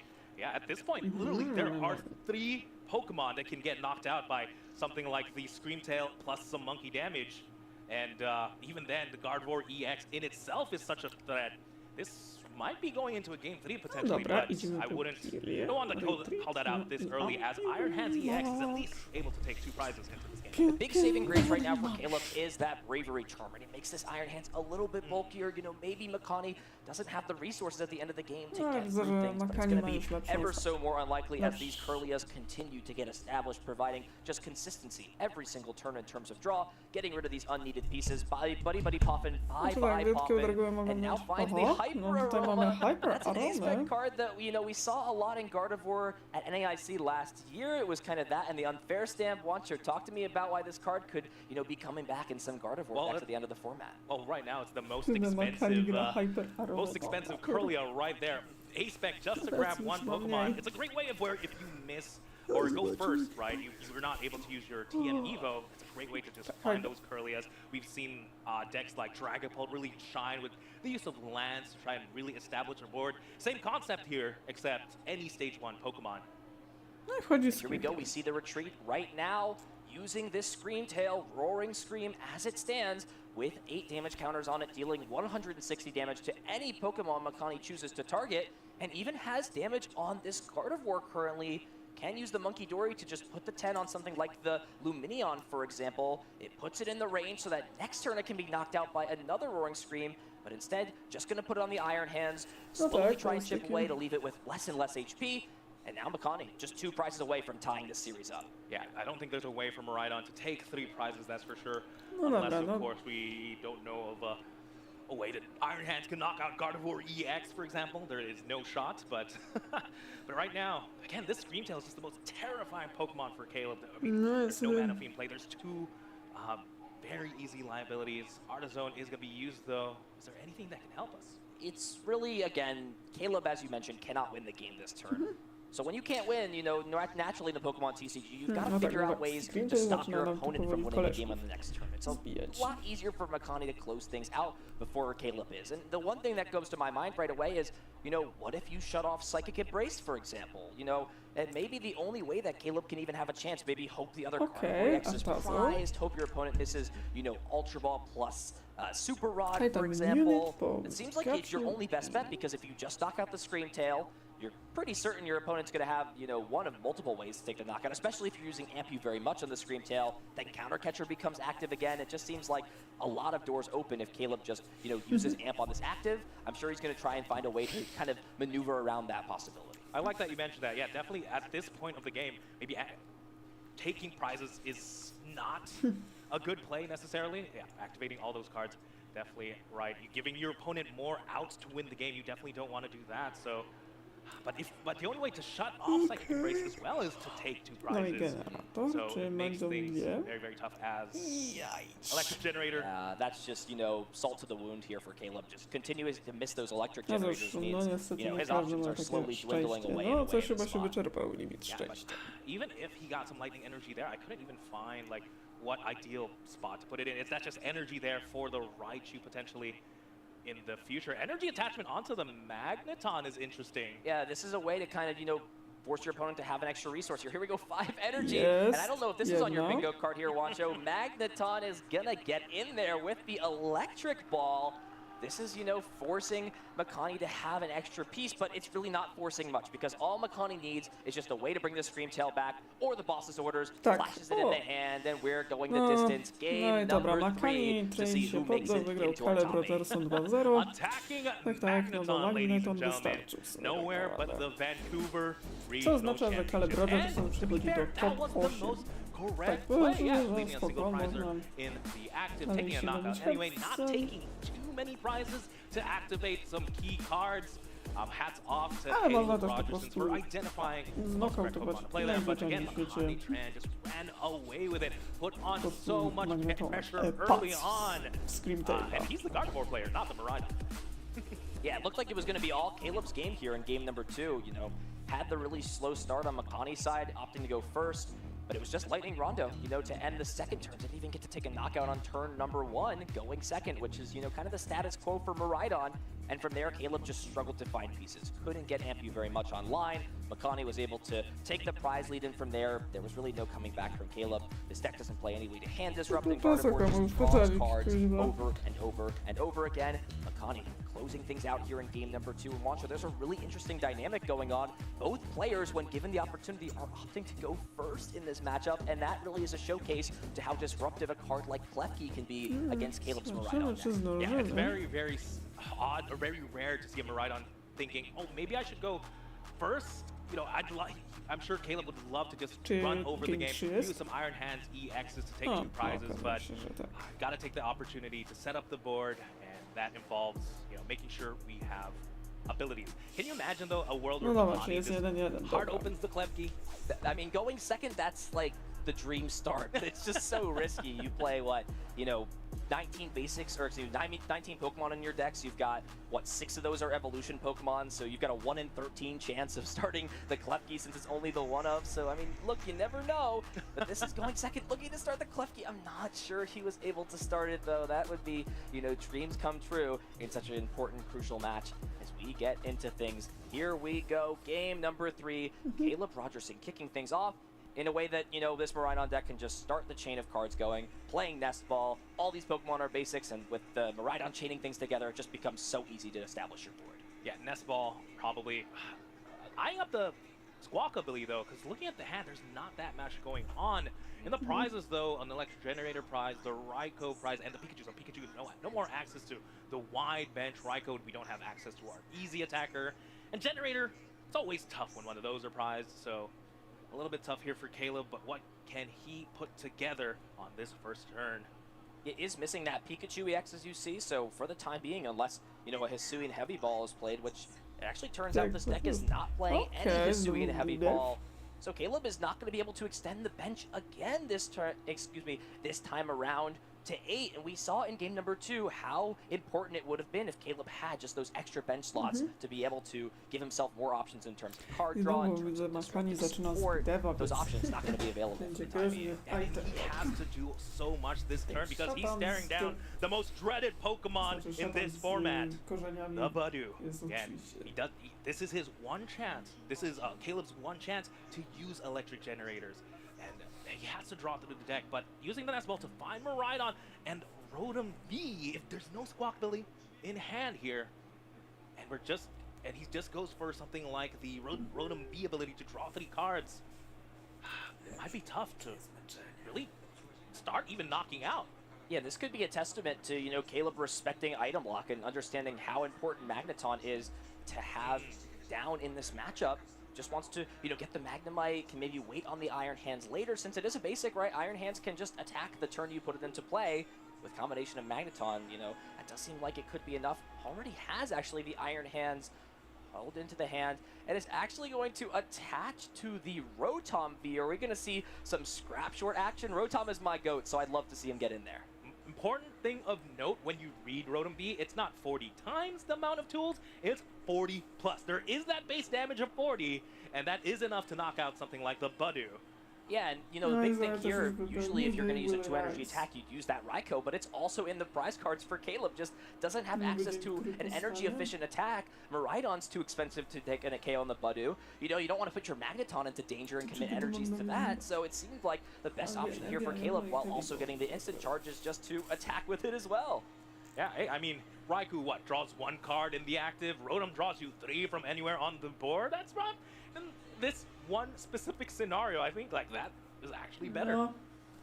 So what Makani has had on his side, of course, struggled a little bit with turn 1s in the past. There's no Arven, which is, of course, your ideal supporter you want to play on turn 1, and you see him just valuing how strong Technical Machine Evolution is going to be in this spot, attaching to Budew. You heard that right, folks. Of course, Budew attacks for 0 energy cards, but you do need the 1 energy for the Technical Machine Evolution. Finds the evolution and doesn't even need Buddy Pop. And hello, Ralts. Put down onto the board. We're going to see the Technical Machine Evolution get these Curlias established and immediately put pressure on Caleb to respond with Iron Hands or something strong in kind. Yeah, Budew using TM Evolution. The evolution attack, 2 Curlias now in play. Makani's board looking absolutely beautiful. I'm sure Caleb is pretty happy. He gets to use some item cards. Can we use some big ones this turn? Does get to use some item cards and also Nie has wiem nic Ultra Ball plus powiem. 2 Lightning Energy in the Tak hand at this wybrał point. i... You know, the previous turn Tak actually samo decided to chujowe jak not bench było Iron ostatnio. Hands, to not put it into play, and instead establish an energy card onto this Rotom V, and have to kind of wonder in this spot, what were your expectations going to the next turn?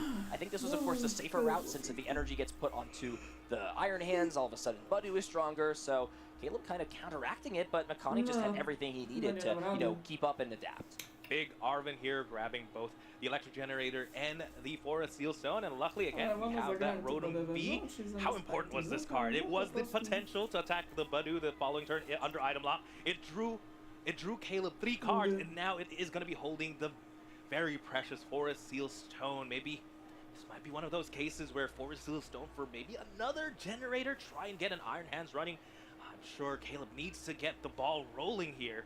Yeah, and this was an interesting spot. A little small turn Caleb could have done on the previous turn, knowing he's not going to get attacked, is he could have actually used the board to retreat into the Rotom this turn, because if this exact scenario happened, Magneton could actually bring back 3 energy cards instead of 1, and this may force Caleb here to either use his Forest Seal Stone to have the double turbo energy, or hit another energy off the generator, which he's not had great luck with so far in this set. So we'll see if that little, choice of judgment to not bring this Rotom up could cost him in terms of attacking. Wow, that is one hyper-specific scenario, something I think in all my time of playing Miraidon, but no, never mind, that's 2 energy now attached to that Iron Hands EX. Things are looking good here for Caleb. Should be able to at least line up attack for Seal Stone for double turbo energy. Take 2 prizes. Just needs to attack maybe one more time with the Iron Hands and maybe close things out from there. Does also have access to Mew's restart ability. Let's see what these 2 cards provide. It's going to be an Area 0, it looks like. Again, the Pikachu EX in the prize card, so that's not an option. And we actually see a really interesting inclusion for Caleb. I don't know if he showcased that off yet. Does have Lost Vacuum in his deck, but for now, we're just going to see the Forest Seal Stone grab the double turbo energy. So those 2 energies off Electric Generator, so valuable because it's going to allow this Iron Hands, to attack and to preserve the Magneton for later in the game to allow Caleb to just flood the board with energies when the time comes. Yes, that Magneton can essentially turn into, a second Iron Hands if choose to do so, or again, or attacking with the Raichu. Really nice as well, gets to keep the energy on that Rotom, could be used later. But right now, Iron Hands EX, IMP very much taking 2 prizes. Caleb takes the lead now. How does Makani respond? There are ways in Makani's deck to essentially try and take a knockout on something like the Iron Hands, but it does involve the Bravery Charm on something like the Drifloon. And again, with Caleb's very interesting tech, the Lost Vacuum, that could still translate to a 2-prize turn in any case. I'm trying to remember back to game 1 and 2 if the card was played down or maybe discarded off Squawkencies. If so, Makani is going to have that information and, really try and just avoid using his 1 Bravery Charm till the end of the game. However, Bravery Charm plus Drifloon sometimes is just a little bit stronger early on when you don't have your Monkey Dories established quite yet. So this is going to be a big turn for Makani here. Dealing with this Iron Hands, it gets the ball rolling. You respond in kind, you force your opponent to use their powerful support engine like the Magneton to give you a prize. It's all going to come down to this first turn, though. What attack can Makani use, and how close is it going to get him to winning the game in hopefully 3 turns? Yeah, definitely 2 outs, right? We talked about the Drifloon out. There's also still just, attacking with the Gardevoir EX. Gardevoir EX, 190 plus the movement from the Monkey Dory. Puts it up to 220. We can knock it out maybe later down the line, take a 4-prize turn from that point. And leaving the Gardevoir EX in the active means, Caleb can take 2 prizes because of 310 HP, but because of this the Iron Bundle, that could possibly guarantee the 2 prizes, but that's possibly why we see Makani bench this Pheasantipity. It's answering bird for bird, so Iron Bundle now. Iron Hands can't take a simple MP very much 2-prize turn. I'm not going to take this slander for Iron Bundle. He is a penguin. He is not a bird. They are not the same thing. Wait, penguins are birds. They're their own class. I have made the rules. I make the rules for this one, all right? Bird or penguin, whatever it is. Makani actually decided to grab the Pheasantipity and use Flip the Script in this spot. So here we go here for Makani. I think is just deciding what does he want to do this turn. It looks like find the Gardevoir EX, so Gardevoir now online, Psychic Embrace allowing Makani to essentially attach as many Psychic Energies as he'd like from his discard pile, and okay, Radiant Alakazam coming into the mix. That was not necessarily something I'd expected. Of course, does have the Mind Ruler attack. It can get in there, if Caleb manages to build